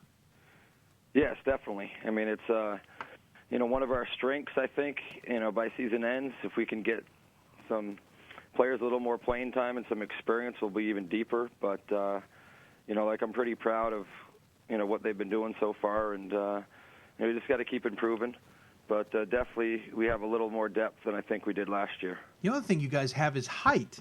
There's no player shorter than 5'6" on this team. There is, 5 players 6 foot or tallest, with the tallest at 6'2", which is my height, which gives me pause. Megan Robertson 6'2", 6'1" out of Hannah Hackley, 6'2" out of Rebecca Ford, 6'2" out of Rachel Boyette, 6 foot out of Jackie Nagel, and that's not even talking about a couple of them at 5'10", and 5'11". You have a lot of height, especially for Division III women's basketball. Yeah, we're pretty fortunate, but you can always have more. And get a recruiting pitch out there. I was going to say, well done, Coach. Well done. The other thing too is you're picking them from all over the world. Lily Johnson, your 5'10" freshman, is from Switzerland, but you're beyond just New England. In Maryland, Virginia, Georgia, Florida, Iowa, New Jersey. You're starting to get a lot of influences from around the country now as well, and certainly some of that kind of goes with the Amherst name, does it not? Let's not kid ourselves too much. It all goes with the Amherst name. You'd like to think it's more than that, but sure. In the end, our school is more than just basketball. It's it's the academics and the life experiences that you get here, and the top-notch professors. It's a great place. When looking at this schedule, I'm a little perplexed. You're playing back-to-back games on December 29th and December 30th, but from what I can tell, those are not in Las Vegas. No. Is something wrong, Coach? I'm so used to seeing you in Las Vegas. Yeah, we took a hiatus, and I can tell you a little bit about those games. Yeah. When I coached at St. Lawrence, 2002, my assistant coach was Bruce Town, who coaches at SUNY Canton. Now he's the head coach. He always wanted to play down here, and we invited 2 players that are head coaches at Drew and Manhattanville that we both coached at St. Lawrence. So, and it's going to be kind of the coaches versus players. So we're going to play Drew. He's going to play Manhattanville. The next day we play Manhattanville. He's going to play Drew. So it's going to be a fun time. We usually don't host that tournament, but it's kind of a little reunion That is going to be fun. But I do find something ironic here. So the 29th and 30th, you play Drew in Manhattanville. Then on the 5th, you're traveling down to play Arcadia and Farmingdale State. All four of those schools or at least three of them, Drew, Manhattanville, and Arcadia, are relatively close to each other down in the New Jersey, New York area. Scheduling travel there, you're just going to travel with Manhattanville and Drew back down to New Jersey maybe right after the games? Yeah, it depends how we play. But yeah, we've got to go somewhere. Sure. So, that's the trip we picked, and we're going to go down to Philadelphia and spend a couple days. So it should be a fun trip for us. And interestingly enough, you sneak in a game with St. Lawrence on January 12th on the road there against your former head coaching stop. Is it just one of those where you're just filling in holes where you need to fill in holes? Yeah, we were looking for a game, and fortunately they needed one, and so we're going to go up there. It should be a good time. So you get the 5 wins to start the season. Now you turn around. You got Bridgewater State on the road on Saturday, Rhode Island College on the 10th before you take a 19-day break before Drew and Manhattanville. We don't even get into conference action until you take on Hamilton on January 9th and Williams then on January 10th. An interesting grouping there. Of course, going to be at home there. And you haven't even played your little 3 games. Those are coming up later in the season, whereas the men have already kind of headed down that direction. You literally have 2 different seasons. You've got your non-conference, and then you're going to go into conference play. Does it mean 2 different coaching approaches? Does it mean, okay, we're going to coach this way, and our mentality is going to be this way, and this is what we're going to try and get out of our season now before you get into conference play when there's obviously a lot more on the line? Well, that's a great question. It's a great point as well. We do break it up into different seasons. We have this semester, and then we have a break, and after finals, and then we kind of have a few games before conference, and then conference, and hopefully the conference tournament, NCAA tournament. So we definitely do break it into different sections. How much we coach differently, I think it may depend on the year and what kind of team you have. But we break it into sections for sure. I know it's way down the road. You're probably not looking at it this much, but how big is it to have Williams on that opening weekend of conference play? Doesn't give you much of a warm-up act at all. No, I think it was the same last year as well. So, we get right into it, and we obviously have Hamilton first. So, it's a good way to start. Yeah, Hamilton, Williams, then St. Lawrence, then Tufts and Bates, and then back to Williams. Nice way to kick off the conference action. Sure. To say the least, and then looming Trinity. I mean, we're getting into deep January at this point. But, Coach, I certainly appreciate you taking the time to join us. Again, 101 straight wins at LaFrac. It begs the question, why don't you just schedule every single game for your gym? That would be nice. Yeah, you would love to do that, wouldn't you? Sure, of course. And maybe that's why you're staying at home against Drew in Manhattanville. Now I get it. Now it makes all the sense in the world. Well, we'll miss your shirts in Las Vegas. You surprised us last year by just dropping by, even though you weren't part of the event that we were at, but it was nice to see you nonetheless. Good luck the rest of the way. As you probably remember, we always give the coach the final word. Any final thoughts you want to share with those who may be tuning in? Hey, it's always a pleasure. You guys do a great job. Other than being a Ravens fan, I had to throw that in. Yeah, go ahead. My Patriots are looking pretty good. Yeah, mine Ravens are not. But it's you guys, you're what D3's about, and you promote the game well, and it's great having you. Well, thank you, Coach. I appreciate it. Kind words, and good luck the rest of the way. I'm sure we'll chat with you down the road. All right, thanks a lot. Take care. Coach G.P. Gramacki joining us here on the Hoopsville Hotline. Appreciate him taking the time to do so. Again, 101 straight wins. That is a Division 1, 2, and 3 women's record. I dropped the story by accident, but they're not that far away. I think a couple seasons, maybe, because of home game splits, they're probably 2 seasons away from the all-time record that Kentucky held. But we'll keep an eye on that. But off to a 5-0 start, as we mentioned. Keene State, Mount Holyoke, Baruch, Emmanuel, Eastern Connecticut tonight. We're all wins. Bridgewater on the road coming up on Saturday before they will face Rhode Island College next Wednesday at home. Then they take that break and they're home against Drew Manhattanville. Talk about a great little series there of games. They'll be fun to watch and keep an eye on, to be sure. You have any questions for us, tweet us at D3Hoopsville or hashtag Hoopsville. You can email us, hoopsville@d3hoops.com. You can also join us on Facebook at facebook.com/Hoopsville. Well, we're going to take another break. When we come back, going to go talk to the number one team in the country on the men's side. They're number one for now. Will they stay number one is to be determined. We'll talk to Augustana's men's basketball when we come back. And still ahead, Ohio Wesleyan Mike DeWitt will join us to talk about his battling Bishops. You're listening to Hoopsville, presented by D3Hoops.com and the National Association of Basketball Coaches. We'll be back with more Hoopsville right after this. College basketball lives in Kansas City at the College Basketball Experience at Sprint Center. The College Basketball Experience is the place to get your game on. It's not a museum, it's an experience you won't forget. Discover the history of the game in the National Collegiate Basketball Hall of Fame, featuring the Gallery of Honor, Mentor's Circle, and Honor Theater. Suit up in the latest CBE logoed Nike gear at the CBE Hoop Shop. Elevate your game today and visit the house that college basketball built. We've got more schools than Division I, more fans than Division II, and more upsets than March Madness. There's 800 programs with over 11,000 games leading to 2 national championships. And we've been covering it all for over a decade. From Eastern to Occidental, from Puget Sound to Piedmont, from Southwestern to the University of New England, and from Hope to Calvin. Nobody covers Division III basketball like we do.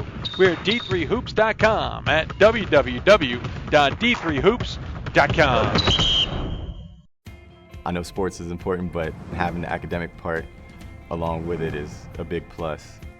I've discovered in myself, a newfound ability to overcome adversity at all different angles. At a Division III school is really shaped around you developing yourself as a complete individual. The end result in my mind is you just become a very well-rounded person. Before I came into college, I didn't really think I'd be able to balance so much. It helps a lot that you have a family with your team that can guide you. With a D3 school, there's a lot of time for other opportunities. The coaches expect a lot of you during soccer, but after soccer, that's your own personal time to really find out who you are and other opportunities that you can pursue. By balancing all of my interests, basketball, my leadership skills, and academics, I'm able to better prioritize my life and to manage it.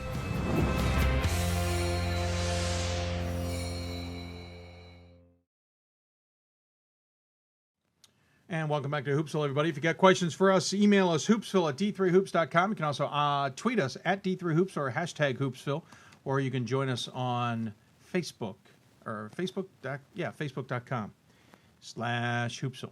Lots to talk about throughout, and lots of questions to be asked, and that's certainly on the men's side.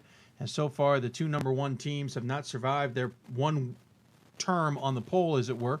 Preseason Wisconsin Whitewater lost in the opening game of the season. Then Augustana took over the number 1 spot, and they lost to Central. But there may be some answers to that question as to what happened against Central. But to get those from the horse's mouth, as it were, we will go to the Hoopsville hotline. And joining us on the Hoopsville hotline is Coach Gray Giamatti. Coach, welcome to Hoopsville, sir. Thank you. First and foremost, at least off to a good start to the season with wins over Albion, though that one was nip and tuck. Mount St. Joseph, Thomas More, and Russ, they were all easy wins. You get a nice easy win over Knox, and then Central decided to knock you off your pedestal just a little bit. We'll get to maybe one of the biggest reasons there, but was that kind of the proverbial wake-up call that maybe all teams need to face at some point in time? Well, I think you have to go further back. Our win on the road at Bradley University was, just those. I don't think there have been many Division III teams go on the road to mid-majors and win, and that was a terrific start for us. And then, we won 2 tournaments, one in Kentucky, one in Ohio, and I think that probably we're very much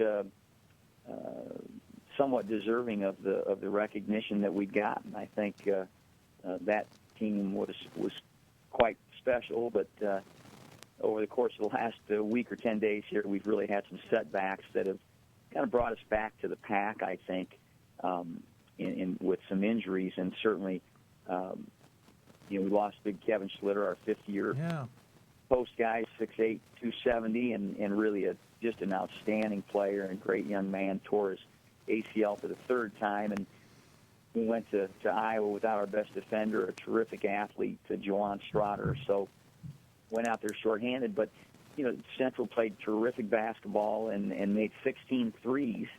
And we didn't do a great job defensively, certainly, but I give them credit. And they beat us on their home court. And I think they had a lot of momentum from a terrific year last year. They were conference champions and in the second round of the NCAA tournament. But our team is not where we were a week or 10 days ago in terms of the caliber of play and personnel at this point. I was going to say the 16-3 is certainly huge. 16 of 40 from beyond the arc. Central chucked up 40 of their 57 shots from beyond the arc. I mean, that's just stellar.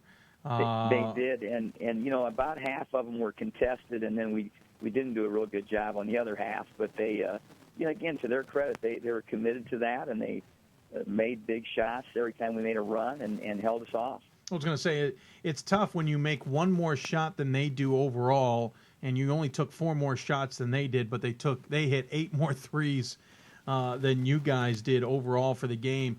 But I almost I wonder, you talk about the loss on the roster, certainly, of Schlitter. How much do you maybe as a coach almost cringe when you see the number 1 ranking come out Monday night, and you've lost Schlitter, and you've maybe not the same team everybody else thinks you are? How much do you kind of go, oh, really? Well, that's exactly what happened. We got the MRI results on the same day that we found out we were ranked number 1, and I was going to call for a revote. Sure, we'll give it to you.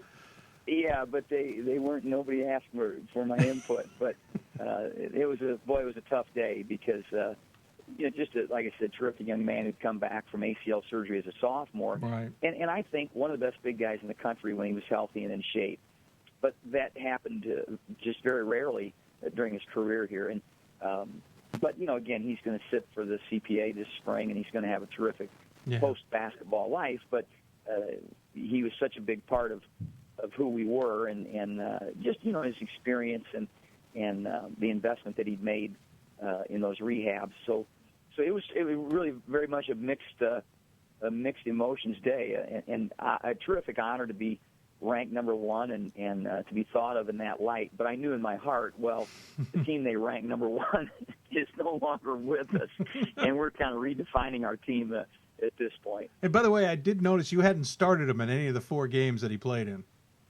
No, he was coming off the bench, and you look at his stats, but the 15 minutes a game that he played had such a profound impact. Sure. He'd get a big tip in, he'd set a tremendous ball screen, he'd snap off 3 rebounds and trigger a fast break. So when he was in there, he was really making a difference in the games. When you and I talked last season, you pointed out that you guys have had success every time you went on an international trip. The following season, you had success. Mm-hmm. And certainly last year kind of was the coming out party. And not that you guys aren't there in general, but certainly top of the CCIW in the battle. I got the feeling, though, that last year kind of ended a little prematurely, that you guys had higher aspirations for this squad.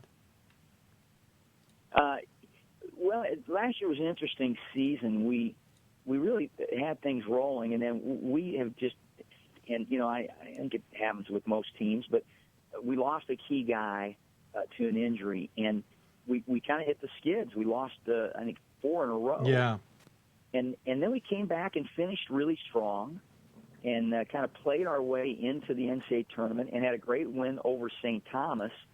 And, as you know, sometimes the bracketing, you just get some tough breaks. And, sure. And here we were in the second round playing, the team that would go on to win the national title. Yeah. And I don't think we were not a national title contender last year certainly, but we had a very good team, and it was very important for us to finish, into the NCAA tournament and advance to the second round.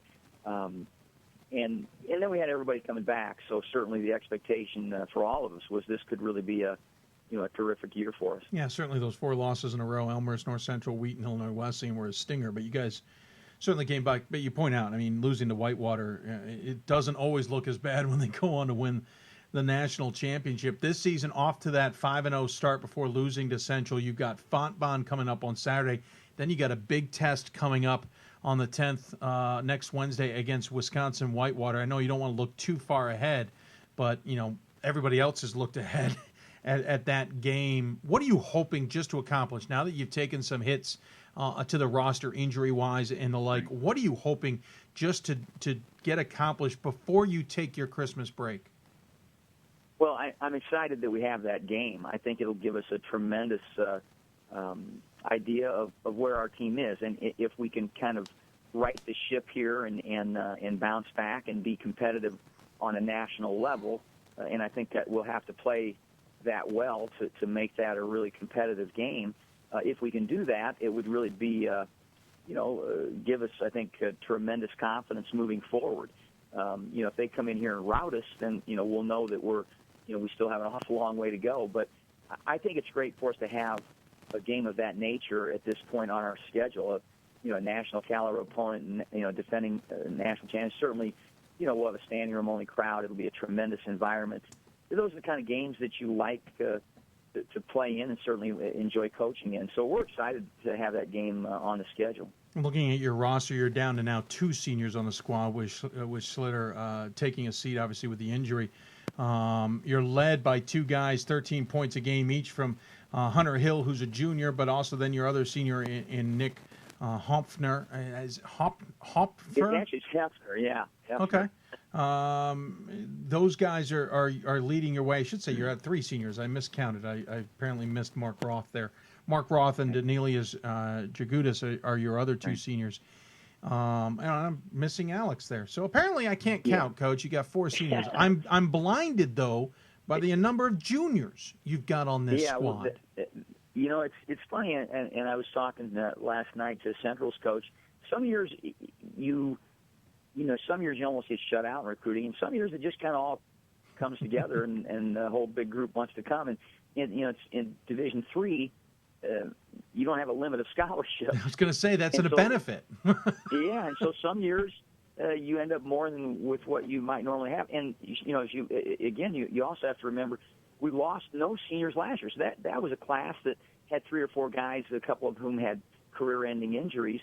And, of course, Schlitter kind of came back a year because of his medical hardship. But it is a big junior class and one that, as I've reminded them, they've been good, but they haven't been special. And, we're hoping that they can have a great junior and senior seasons. By the way, I got a kick out of something looking at your roster. Of course, you guys are in the Moline, Davenport, Rock Island, the trio of towns there, Quad City, I should say, region right there on the Mississippi River. I got the chance to visit a few years ago. Certainly was a cool experience, but I get a kick out of the fact, looking at your roster, considering you are literally a throw away from Iowa. You only have 2 guys from Iowa on your roster. The rest are Illinois. You do know you can cross that river, Coach. Well, that's a good point, but sometimes that river is awfully wide. And what we've kind of found is that once you get out of our viewing area, the television viewing area, there are so many other options for kids in Iowa. Sure. There's a whole other conference, and they don't have a great appreciation, I think, for the caliber of play in the CCIW. And, of course, last night, Central gained great credibility in thumping us. But, we've had a great run of kids from just across the river, Pleasant Valley, Davenport Central, Bettendorf, but haven't gotten much further west than that. And a lot of the Augustana alumni and recognition is in the top half of the state of Illinois into the Chicagoland area. Yeah, you got to convince people from the Chicagoland area to visit Western Illinois. I'll admit, in my 11 years in Chicago, I never visited Western Illinois. Let's talk about the CCIW quickly. Last year, of course, led by Illinois Wesleyan at 12-2, Wheaton 10-4. Then you guys were there with Carthage at 9-5. This year, it certainly looks like it might be a little bit more of a hodgepodge. North Central's off to a good start. Elmer's certainly off to a good start. You guys, Illinois Wesleyan with 1 loss. North Park maybe reemerging. Wheaton, nobody really knows what to think of. Carthage is 3-3. Milliken 3-2. I know it's early, and I know there's no conference play yet. We're not going to see that till January. But what do you see, or how do you see this conference shaking out this year? Well, I think it's going to be as challenging as ever. I think terrific depth in the conference. I think there'll be great parity. You just rattle them all off, and keep in mind you're talking about a number of programs that have been competed at the national level here over the last 6 and 8 years, and I think it'll just be as challenging as ever. And whoever emerges, certainly whoever holds that trophy up at the end will have been worthy, because it'll be a tough journey. Yeah, so you've got Fontbonne ahead before Whitewater, then McMurray, then Luther and Co. In Wisconsin. Before you'll get into conference play, you'll take on Carthage on January 3rd. Again, you're dealing with injuries. This is sometimes a good thing with a team with so much middle ground, and I'm talking about those juniors and sophomores that are going to get some playing time. Is it one of those where you've got to plan, okay, he stepped aside, we know who's coming in, or is this going to be in the next few weeks kind of feeling it out, figuring out who's going to be able to step up for you? Well, I think one of the strengths of our program traditionally has been our depth. We've played a lot of different people, and we've had a lot of good players. But the guy that's replacing, when one guy goes down, the idea of next man in is a great in concept. But we don't have anybody else like Kevin. He was 6'8", 270. He was a difference maker at the Division III level. There just aren't many guys like him. Right. And so it changes the dynamic of our team. And then, again, we played the last 2 games without our best perimeter defender in Jawan Strader, but I think he's more a matter of days than weeks being out. So it's not as simple as just, we plug the next guy in. The next guy in doesn't look anything like the guy we lost. Sure. And so we're a different team. The idea that, we're going to pound that thing inside to Kevin when he's in there, that's not going to happen now. And so, but that's why you coach. I mean, you have to be flexible and take the hand you're dealt and make the most of it. And that's what we're, working through right now. And as we talked about, we better work through it quick, because we're going to run into a buzzsaw next Wednesday. But that's the process that you go through during the course of a long season. Well, and per that, before we let you go, so you've got Whitewater certainly coming up on Wednesday, but you, in your conference, don't have any conference games until January. If there's ever a time that's perfect to suffer an injury that doesn't have as much ramification as it could, certainly at large bids is a different conversation, but in the general sense, having the injury now with CCIW play not till January is at least something you guys can adjust to before you get into conference action. That's got to be at least somewhat assuring for you guys as a program. Well, I love that you're a glass half full guy. I'm trying. That's well said. And it's interesting. Our league has a member joining at 15, 16, 15, yes. 17. Carroll comes back right. in, and we've just gotten some tentative scheduling. Scheduling starts sooner, won't it? Well, and we're playing 2 and 3 conference games in December, so you're very much. I've really, and at the major college level where I spent the better half of my career, you didn't play any non-conference games once conference started, and vice versa. And I really like that. And our league is going to change, as many leagues do. But it's a great point that we will not face a conference opponent until we've had whatever rotation we go to in place for a couple of weeks. And so that is a good thing. I agree with you. Well, I appreciate you coming on the show. Certainly going to be fun to watch you guys play. Looking forward to that game on Wednesday, though I'm guessing you're not in some sense. Most coaches look forward to a game while at the same time, are apprehensive about a game at the same time, so I can appreciate that. And as you said, I mean, we think it's great to have that game, and it's a great thing for our fans. Our kids are excited, and to be playing the national champion, defending national champions at home, what a great thing to have on the schedule. Well, we're certainly looking forward to seeing how it all plays out for you guys, and obviously see conference play get going on January 3rd. But in the meantime, we always give our guests the final word. Any final thoughts you want to share with those who are tuning in? Hey, pleasure to visit with you, Dave, and appreciate what you do for D3 Hoops. Well, thank you, Coach. Appreciate it. Good luck the rest of the way. Good luck on Wednesday, certainly, but obviously you have Fontbonne ahead. I know the coaching is probably thinking about that just as much as the game against Whitewater. So good luck with that. Good luck to the rest of the season. I'm sure we'll talk to you down the road. Very good. Thanks. Take care. Coach Giovanni joining us here on Hoopsville. Appreciate him taking the time to join us. Interesting dichotomy there. Going to number one, but they lose one of their key reservists at this point, probably a starter down the road at some point in time. Now the team has to redefine themselves. Of course, have Whitewater coming up on the 10th.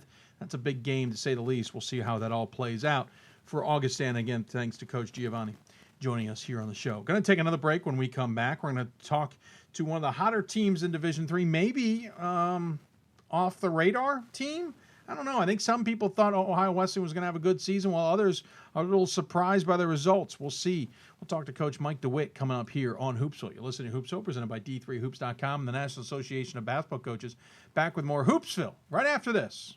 We've got more schools than Division I, more fans than Division II, and more upsets than March Madness.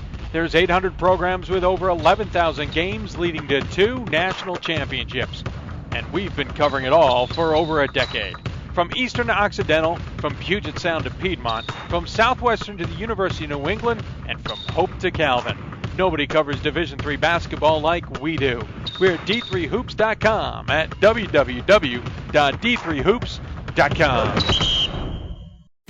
I know sports is important, but having the academic part along with it is a big plus.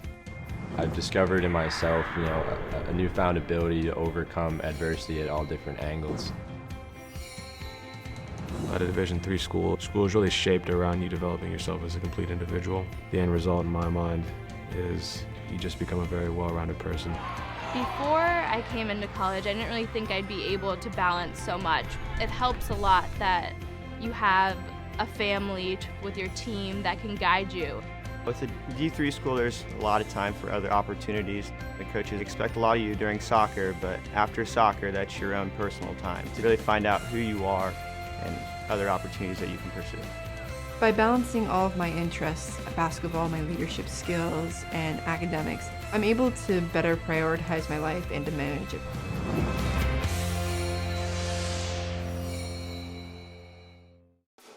College basketball lives in Kansas City at the College Basketball Experience at Sprint Center.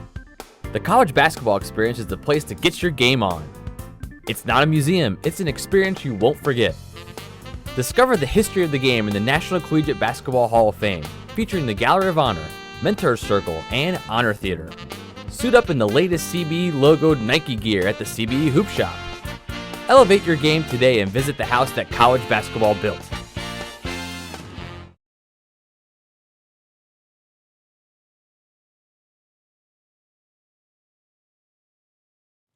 And welcome back to Hoopsville. Hope you're enjoying the show. It's December 4th, our third show of the season. Of course, if you want to count all the interviews we did at the Hoopsville Classic, we could say we've done 4 shows in the season. We'll have one more show next week on December 11th before we take a break. Just due to the calendar, the way it all figures itself out, we'll take a break for the holidays. Of course, have more interviews at the Hoopsville Classic where we talk to every single coach that we come across. I should say not the Hoopsville Classic, but the D3Hoops.com Classic. We'll talk to all the coaches there. Before getting back underway with the regular schedule of Hoopsville, January 4th, which is a Saturday, Sunday, and we'll go Sunday, Thursday, the rest of the season. If you have any questions for us, email us, hoopsville at d3hoops.com. You can Facebook us at facebook.com/Hoopsville. You can also tweet us at D3Hoopsville or use the hashtag Hoopsville. Going to go back to our Hoopsville hotline, talk to one of the hotter teams in the country. They've already beaten 2 top 20 teams who were both top 10 teams at the time, off to a 6-0 start. We're talking about the number 14 Ohio Wesleyan Battling Bishops. And joining us on the Hoopsville hotline, their head coach, friend of the show, Mike DeWitt. Coach, welcome to Hoopsville, sir.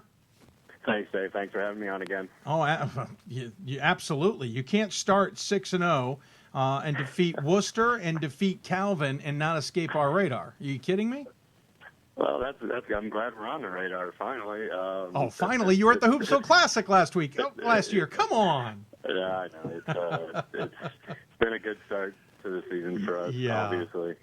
You like to downplay things. Last year at the Hoopsville Classic, when we talked to you, you said, "I don't even think we're the third best team in the league." Of course, battling for the league last year with everybody else at the same time, but. You guys ended up finishing the season third at 13-5, 3 games behind Worcester, but tied with Wittenberg and DePaul, 20-8 on the season, and make the NCAA tournament. From what I heard, rather surprisingly to you. This year, you're off to a 6-0 start. You got a win over Calvin, and it wasn't even close at their place, 85-71, and then you defeat Worcester at their place by 3. I'm going to go out on a limb and say maybe you just want to play the rest of your games on the road. Yeah, well, we've only had one home game. We seem to be doing fairly well with neutral court games and road games. We do have a big home game coming up Saturday, and I think our guys are looking forward to not having to get on a bus and traveling. But yeah, we've been fortunate. We've been, I hate to use the word lucky, but we've played very well on the road against some really quality teams, and just really proud of my guys at this point. Yeah, I mean, the win over Kenyon, then the win over Alma, then Calvin, as we mentioned, Capital, Defiance, Worcester in conference action, and then you'll face Denison on Saturday, as you point out, at home, before you then have Trine, Hiram, and Otterbein before taking a break for the holidays. Otterbein is a non-conference game, obviously. Then you'll double down on the Hope-Calvin escapades by playing Hope on the third. Interesting scheduling, Coach. You have a wide variety of games in there against some perennial powers and against some teams that are certainly up-and-comers. What was the mentality this year?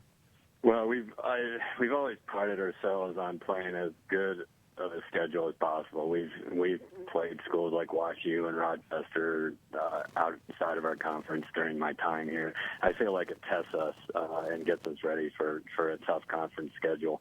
So going to Calvin, going to Hope, obviously falls within that category. We have a long-time rival in Capital that we play every single year. That's always kind of a dogfight. Those schools are only half an hour apart. And we're really happy to kind of start playing Otterbein again after a kind of a long drought of not playing them. And that's another school that's only 20 minutes from us. So we're hoping that can develop into a local rivalry for us again.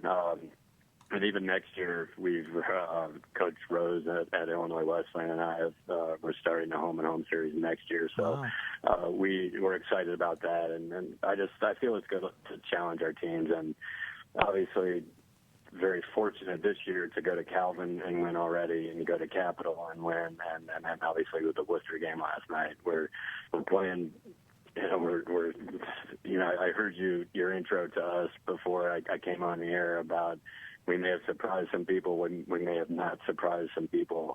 I can see both sides of that because I wasn't sure what we would be, but I also know we've kind of developed a little bit of tradition here over the years, and our guys have really responded with some really good wins here early. Well, and of course, you always like to downplay things, as I mentioned, and so even when I've talked to you, I've talked myself out of a vote sometimes. But, 60 teams got votes in the top 25 preseason. I am quickly scanning to see if you got any. We did not. I don't see it. There's my answer. So you don't even get one in the preseason, and 60 teams got votes there. So I'll definitely say you were off the radar for many. Even if people were thinking about it, they didn't put you in there. Then week one poll, you jump in from no votes to 126 points and jump into 21st. And now you're sitting 14th. At this rate, you'll be the number one team by Monday. And at this point, there's already been somebody on the D3 boards who's argued that maybe you guys should be the new number one team with the wins you've had over Calvin and Worcester, especially if you get past Denison. So this begs the question from me, maybe you see it coming, how good are you guys? And honestly, I wish I could answer that. I'm as confused about our team as I think I'm confused about some of the results I've seen nationally. Yeah, well, you're not the only one. Yeah, I think, being very honest, I think not. I was surprised we didn't get any consideration in the preseason poll. Having made the NCAA tournament the last 3 years, being in the top of our conference for now 9 or 10 years, I was a little surprised we didn't get any consideration. But I can also see the other side of it is that we graduated 3 seniors from a team, and would be typically in a rebuilding mode. So obviously the win again at Calvin impressed some of the voters to the point where we jumped way up to number 21, and then defeating and we kept moving up the next week with a couple good wins where we went at Capital and beat a good Defiance team who won 20 games last year. So, we're at number 14. And again, I think early in the year we may have been underrated. You're going to laugh and you're going to say I'm downplaying it. We may be a little overrated right now. But we keep winning. And, our guys, I think the student athletes we have, they look at the polls and they understand that we're doing something pretty special right now. But again, it could all end Saturday as we have a good Denison team coming in here who's 5-1 and playing as good as they've played in a long time. And, that's going to be a really difficult game for us. And so, again, we're hoping we're not one of the upsets and questions that you're talking about on the show tonight. But, it very well could happen. I think we need to be really ready to go. But, we're after we beat Worcester last night, I'm riding home on the bus, looking out the window, just kind of stunned that we're 6-0 because we could very easily, be 2-4 or 3-3 if you would have looked at our schedule in the preseason, given what we had coming back. So we've had some players step up, and we feel very fortunate to be where we are. Two thoughts on the whole voting thing. One, I know there's a voter who knows you guys really, really well, and he didn't even vote for you guys. So clearly you might think you were surprised, but even the person I know who knows you well didn't vote for you. And the second thing is, if you're overrated, I'm just going to throw my number one vote to you guys and ride the wave then. Why not? Please don't do that. That'll put way too much pressure on a pretty young team. So let's just keep flying under the radar here. And you're not flying under the radar, Mike. You're not on the radar anymore. You went from no votes to 21st to 14th. You're not under. Like I said, you'll be in the top 5. At least probably by Monday. But speaking of this team, you talk about the 3 seniors you lost. You only have 1 senior on this roster. I think if as a top 25 voter, I see 3 seniors go, and I see 1 senior on the squad. That senior being Nick Feldhaber, who's a good player. Don't get me wrong, but when I see something like that, my first thought is, okay, yeah.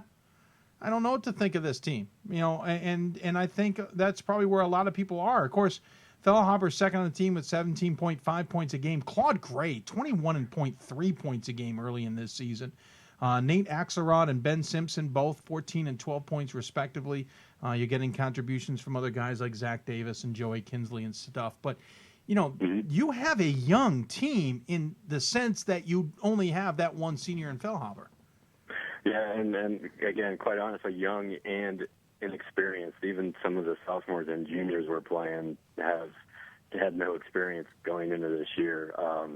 We did return our leading scorer in Claude Gray, who was the leading scorer on our team last year on a very well-balanced team. I think Claude averaged like 12 or 13 points a game on a team that averaged, had 5 guys averaging in double figures, and he's really stepped up his game, not just scoring-wise, but rebounding and being a playmaker to the point where he's I think, honestly, a first-team all-conference potential player of the year in our league, all-region, all-American type player. I think once people see him play, they'll realize that. And he had 33 points at Worcester last night, stepping up in a big situation for us. And the rest of our guys are guys that have played roles for us over the years. Nick Feldhaber, who you mentioned, is one of the best shooters in Division III. He had 9 threes against Calvin, 9 for 12, I think, from 3 in that game. And is shooting something ridiculous. I don't know if you have our stats in front of us. No, I do.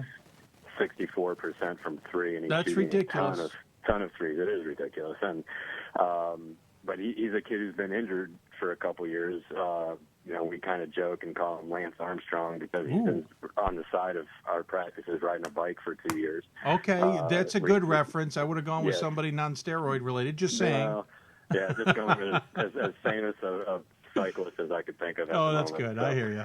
But he's overcome some injuries and is having a great senior year. We have we're starting a freshman point guard named Nate Axelrod, who is an incredible surprise for us and done a great job running the point. And a couple other guys, Matt Jeske and Ben Simpson, have gone from playing only a few minutes a game to starting and stepped up and done a great job. And the guys we're bringing in off the bench have had very little, if any, playing experience coming into the year. So we've just had some guys kind of step up and kind of have some pride in continuing kind of our recent tradition, and it's been good to see. And as young as we are, going into the year, may have been looking at this as kind of a 2-year project and hoping we'd be good, next year and toward the end of next year. But we've kind of accelerated that a little bit.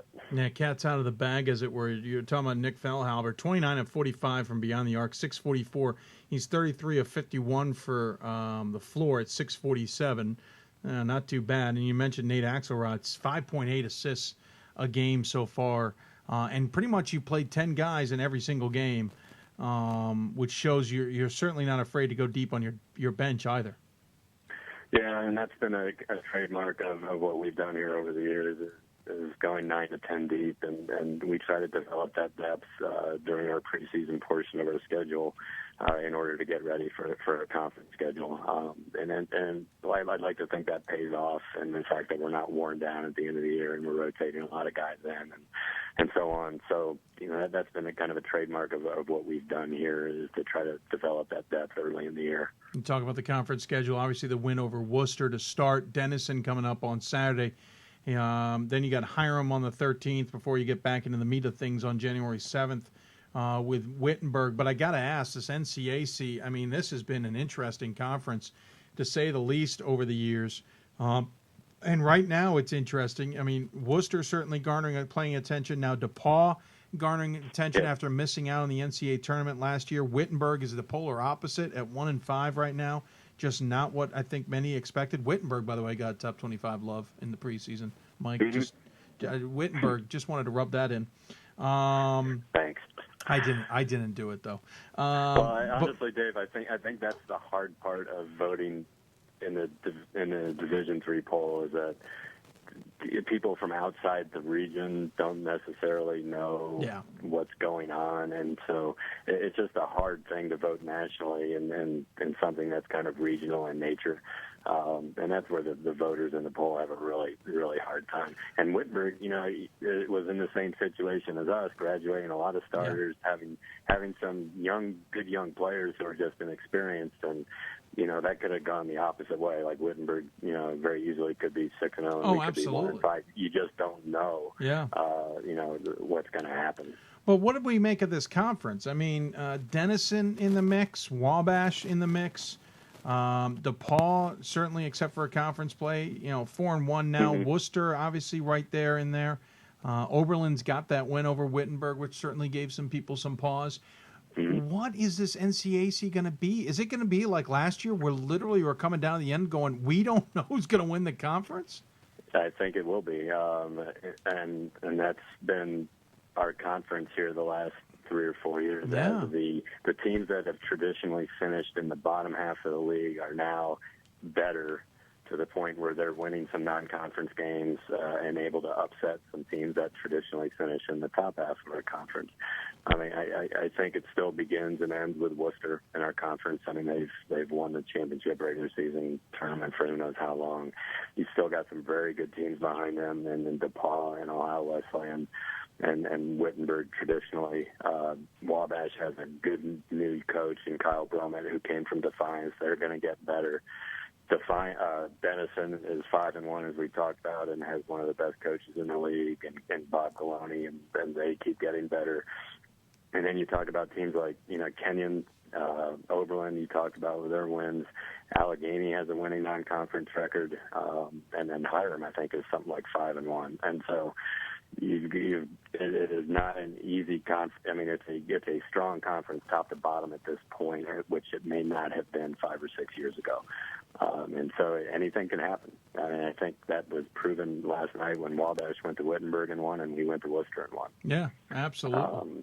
I think it's going to be exciting. It's going to be, maybe a little different, and maybe this is the year that Worcester doesn't win it. Although I think you have to put your money on them because I think the road to the championship does go through Worcester. That's fascinating. It's interesting to say the least. And obviously, you got Worcester past you.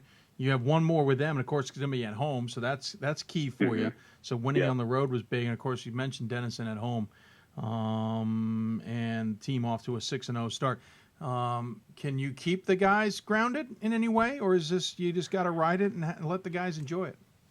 It's funny, and this may be a little non-traditional, but I want to let our guys kind of enjoy this because it is so unexpected. And if we're going to, achieve championships and win those kind of games, I think our guys need to, kind of embrace, having a target on our back and, kind of enjoy the wins that we do get. And so,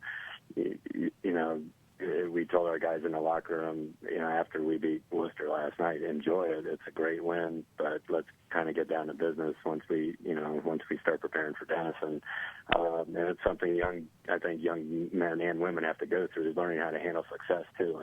And we try to teach our guys how to handle success. And part of that is just kind of respecting every opponent and getting ready to play every game. And we'll see. We'll see if our guys are buying into that on Saturday with a good Denison team coming in here. Well, congratulations on the start for sure. Like I said, at least top 5, maybe number 1 next week. It's just my guess if you keep winning. I mean, the way you guys are going sky high here, it's got to happen. Let's not get if, and it's a huge if we beat Denison, we'll just be happy where we're at. Sure. Yeah, no, I know. I just couldn't resist giving you the hard time. Again, coming up with Denison on Saturday in conference play. As always, we give the coach, as you know, the final word. Any final thoughts you want to share with those who are tuning in? Yeah, a couple things. First of all, as everybody does, and rightly so, thank you for all you're doing, not just for Division III basketball, but Division III athletics in general. And I know some of these guys are listening. I want to give a shout-out to our men's soccer team who are preparing to play in the national semifinals tomorrow in Kansas City against Tufts. They're a traditionally great program and really supportive of us, and we just want to wish them the best of luck. Well, definitely. It's great to see them in the Final Four as well. So no pressure. You just have to repeat what their performance is. So we'll see you in Salem in March. Is that what I'm saying? Oh, yeah. I'm there every year. I know. We'll see you. Yeah, maybe we'll see the team. My team will probably be on spring break, but I'll definitely be there. Oh, there's some locker fodder for you. Well, Coach, thanks so much. Terrific. Appreciate you joining me, and we'll talk to you soon, I'm sure. Thanks, Dave. All right, take care. Okay. Mike DeWitt joining us here on Hoopsville. Appreciate him taking the time to do so. And with that, we have wrapped up 2 hours of the show. I want to thank all of our guests for being on the show with us. Piedmont's Greg Neely, St. Mary's, Minnesota's Mandy Pearson, Amherst's G.P. Gromacki, Augustana's Gray Giovanni, and, of course, we just got done talking to Ohio Wesleyan's Mike DeWitt. Appreciate it. Mike coming on. Of course, Denison, as we mentioned, for them coming up, trying then Hiram to wrap up, and then Otterbein, I should say, to wrap up the 2014 part of their schedule, and then they'll take on Hope in 2015. Certainly an interesting top 25. So I'm not even going to be able to garner an idea of who gets a number 1 vote next week. Obviously, we have to get some weekend play here. Augustana has 17 first-place votes. I think if people start figuring out maybe some of the injuries that they've taken, they're going to lose a chunk of those. Does that mean Amherst gets number 1? They're in second place with 4 first-place votes right now. Whitewater's in third with 4 first-place votes. If you remember last week, Amherst was also number 2. Augustana was number 1. And then Whitewater was number 3. And, of course, in the preseason, it was Whitewater, then Amherst, then Augustana. So Augustana leapfrog Amherst. So I wouldn't say just because Amherst is sitting there, they're automatically going to be the number 1 team in the country. That being said, you never know. Whitewater's could get back some votes. Wash U could pick up some. They're sitting 4th. St. Thomas is 5th. Emory won't stay at 6th. Virginia Wesleyan won't stay at 7th. Richard Stockton lurking at 8th. Illinois Wesleyan lurking at 9th. Worcester will fall from 10. MIT will fall from 11. Dickinson probably will hold tight. WPI might move up. Ohio Wesleyan will certainly move up with their win over Worcester as long as they beat Denison. And, of course, Center is surprisingly up to 15th. And I'm not saying anything not against Center, but I think this shows you how much questions there are in the top 25 for voters. And I'm looking for my ballot. My ballot, for example, I have Augustana 1, Whitewater 2, St. Thomas 3, Amherst 4, WPI 5. I have DePaul 6, probably way too high. I freely admit that. Chicago 7, Virginia Wesleyan 8, MIT 9, WashU 10, Worcester 11, Randolph-Macon 12, Richard Stockton 13, Albertus Magnus, then Babson. And Babson right now not even in the top 25. But I am 15. I have Illinois Wesleyan 16, Emory 17, Ohio Wesleyan 18, Scranton, then Calvin, Claremont, Dickinson, Eastern Connecticut, Stevenson, Cabrini. It's all over the place. And I'm not the only one. I mean, look at how many teams are getting votes. Will tell you a lot about what's going on in the top 25. So certainly worth watching and seeing how it goes. On the women's side, though, things pretty held tight right now. FDU, Florham, Amherst, Thomas More, Tufts, WashU. Don't see a lot of movement there. Scranton moved up to 6th. That's because the 6th-place team, Hope, lost and fell to 14th. So on the men's side, a lot of turmoil. Really don't understand who's there and who are the top teams as of yet. Maybe by a week from tonight when we're talking again, we'll get a little bit better idea of what's going on. But I'm not holding my breath. I think we're going to be having lots of questions throughout the rest of the season. That's going to do it for the show. As I mentioned, I want to thank again all of our guests. Piedmont's Greg Neely, St. Mary's, Minnesota's Mandy Pearson, Amherst's G.P. Gromacki, Augustana's Gray Giovanni, and Ohio Wesleyan's Mike DeWitt. Appreciate them coming on the show. We'll be back on the show next week, again, 7 o'clock Eastern Time. If you have any ideas of who you'd like us to talk to, make sure you tweet us at D3Hoopsville or hashtag Hoopsville. Email us, hoopsville@d3hoops.com, or join us on Facebook at facebook.com/Hoopsville. That's how you can get a hold of us anytime. We'll then take a break after the 11th for the Christmas holiday. We'll be doing some vignettes in Vegas at the Hoopsville, the D3 Hoops Classic, I should say. Then we'll be back on the air January 4th once we're back from Vegas. That should do it. Thanks so much for tuning in. Certainly appreciate it. Don't forget the YD3 show has also, the November edition came out yesterday, a few days late. We apologize, but it has come out. So don't forget to tune in and check that out. Go check it out at d3sports.com/YD3 show. We're certainly proud of it, and we hope you will enjoy it as well. Once again, thanks to our guests. Thanks to the support from D3Sports.com and the National Association of Basketball Coaches as well. We'll be on a break until next Thursday, 7 o'clock Eastern Time. Stay with us on Twitter, Facebook, and email to find out what we're doing as we move along. You've been listening to Hoops Hope, presented by D3Hoops.com, the National Association of Broadcasters, our National Association of Basketball Coaches. Thanks so much for tuning in, and we'll talk to you next week. Good night, everybody.